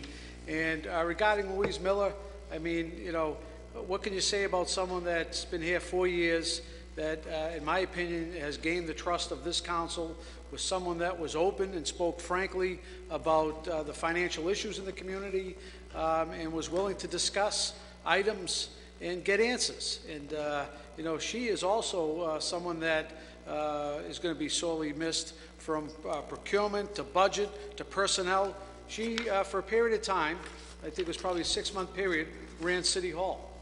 A very capable woman, and she is sorely going to be missed, and I wish her well, Mr. President, in her new life with the MWRA, and I wish her much success. Thank you. So on the motion for approval by Councilor Carviello, seconded by Councilor Knight, all those in favor? Aye. Motion carries. 16-466, offered by Councilor Carviello. Be it resolved that the Medford City Council send its condolences to the family of Whitefield Jeffers, who passed away last week at the age of 95. Mr. Jeffers was a World War II veteran and very active in the West Medford Community Center for many years. His presence in our community will be missed. Speak. Yes, Mr. President. Please. Mr. Jeffers was, again, he a World War II veteran, Staff Sergeant, 372nd Infantry Regiment. Many don't know, but Mr. Jeffers was also the second African-American firefighter in the Medford Fire Department, where he served for 36 years. He was also president of the men's club at the Shiloh Baptist Church, and he was a huge volunteer at the West Medford Community Center. And again, Mr. Jeffers was a pillar of his community, and he's going to be missed. Another person that'll be missed in the community, a gentleman. Very good. So if you would please rise for a moment of silence.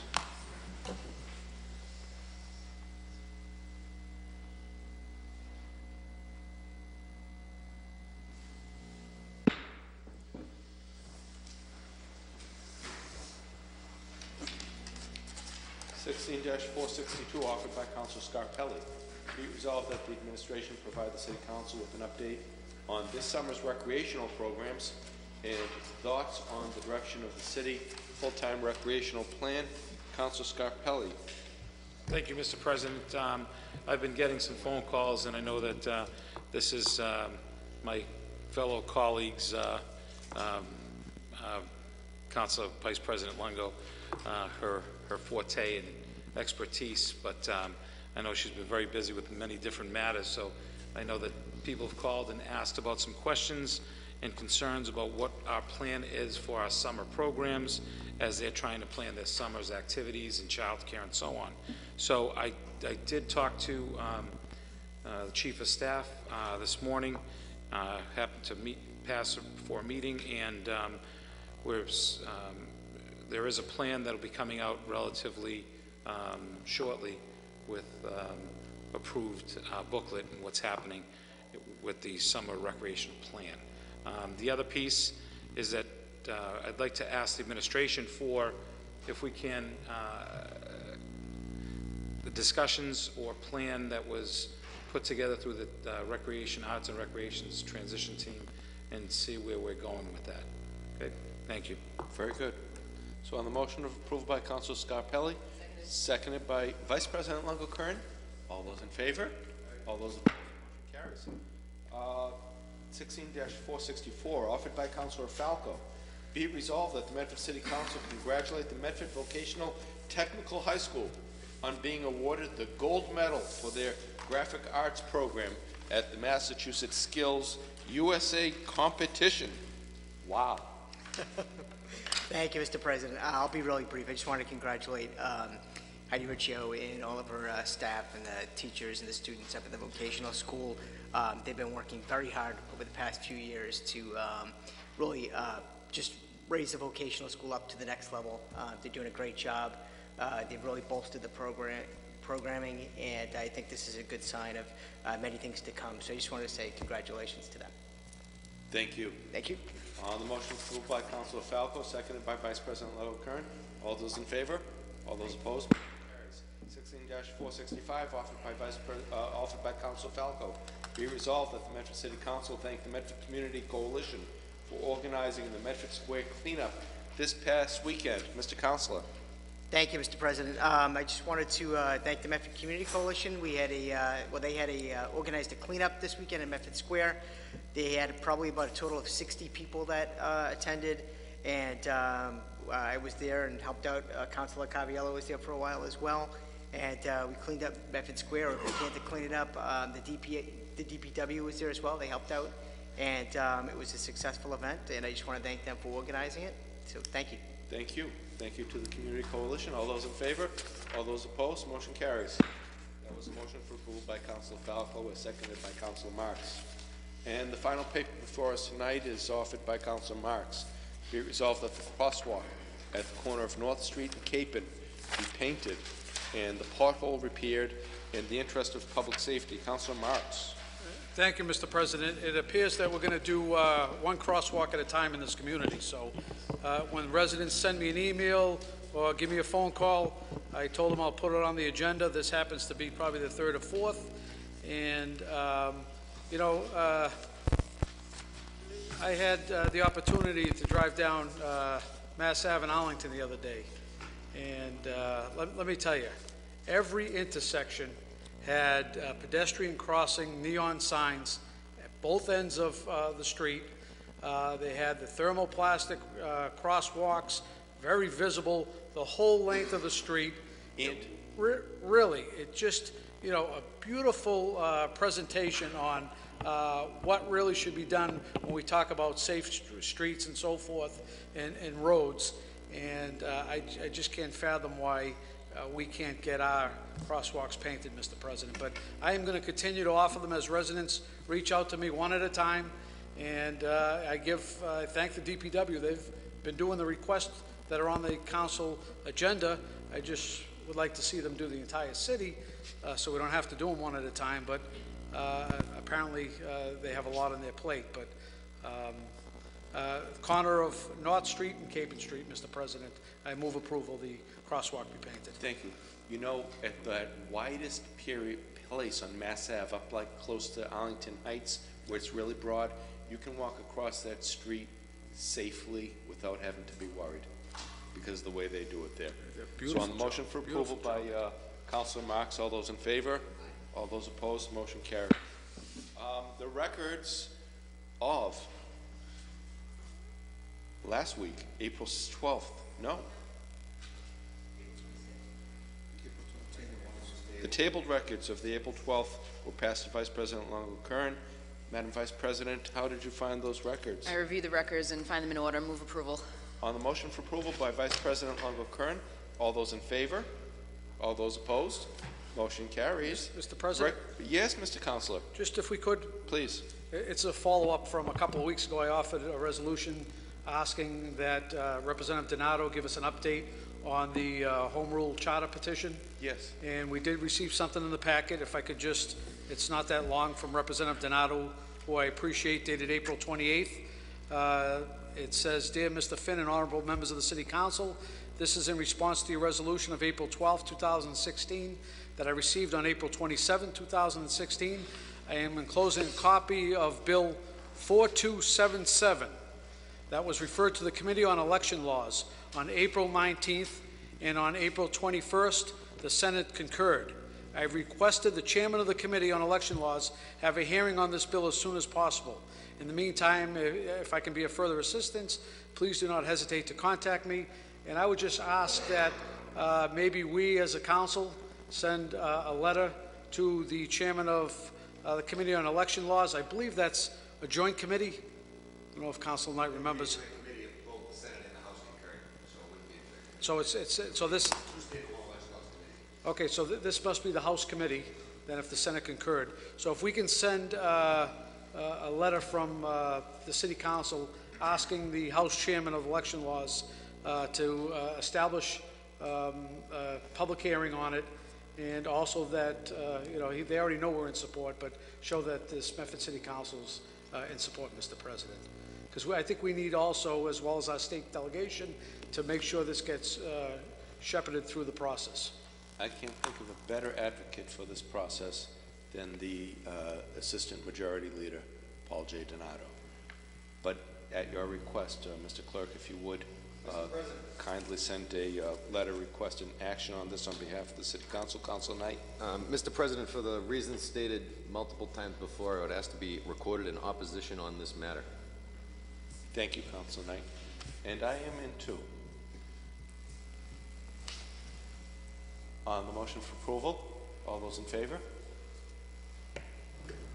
Aye. All those in opposition? Aye. Aye.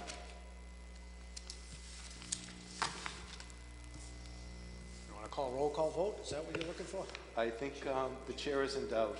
The roll call vote has been requested. And what do we, can you just The councilor has asked that a letter be sent on behalf of the City Council to both the chairman of the House Election Rules Committee and Election Laws Committee, and also the Senate Election Laws Committee, to let the council, to indicate the council's interest in this matter and to ask public hearings in both those committees. Thank you. On that motion, Mr. Clerk, please call the roll. Council Caviola? Council Falco? Yes. Council Knight? No. Vice President O'Kern? Yes. Council Marks? Yes. Council Scarpelli? Yes. President Del Russo? No. With a vote of 4 in the affirmative, 2 in the negative, 1 absent, the motion passes. Before we adjourn, Yep. thank you. Please. Because I wasn't able, I was trying to work this morning. Was there a meeting, and if maybe we could get an update, just so, or is there a committee, oh, we're going to do it next week? If it's fine. There'll be a committee report forthcoming on that. We'll let that show the proper committee procedure. The records of the meeting of April 26, 2016 were passed to Councilor Knight. Mr. Councilor, how do you find those? Mr. President, quickly on a side note, we had item 16-438 filed relative to Clematis Road and some construction debris that was left at the site after the road was closed. I'd like to thank the administration for taking the appropriate and proper steps to get them out there to get the equipment removed. They actually came back and resurfaced the street as well. So they did an excellent job. I'd like to thank the administration for their efforts, and I'd like to thank the contractor, D'Alessandro Corporation, for getting out there in such a prompt and quick manner after we told them to get out there and do it. But with that being said, Mr. President, I've reviewed the minutes. I've also spoken with my colleagues that have had a number of items on the agenda that evening, and there didn't seem to be any items that were out of order, so I'd move for approval. On the motion for approval of those records by Councilor Knight, all those in favor? All those opposed? On the motion of Councilor Falco that we adjourn, all those in favor? All those opposed? Meeting adjourned. Thank you, America.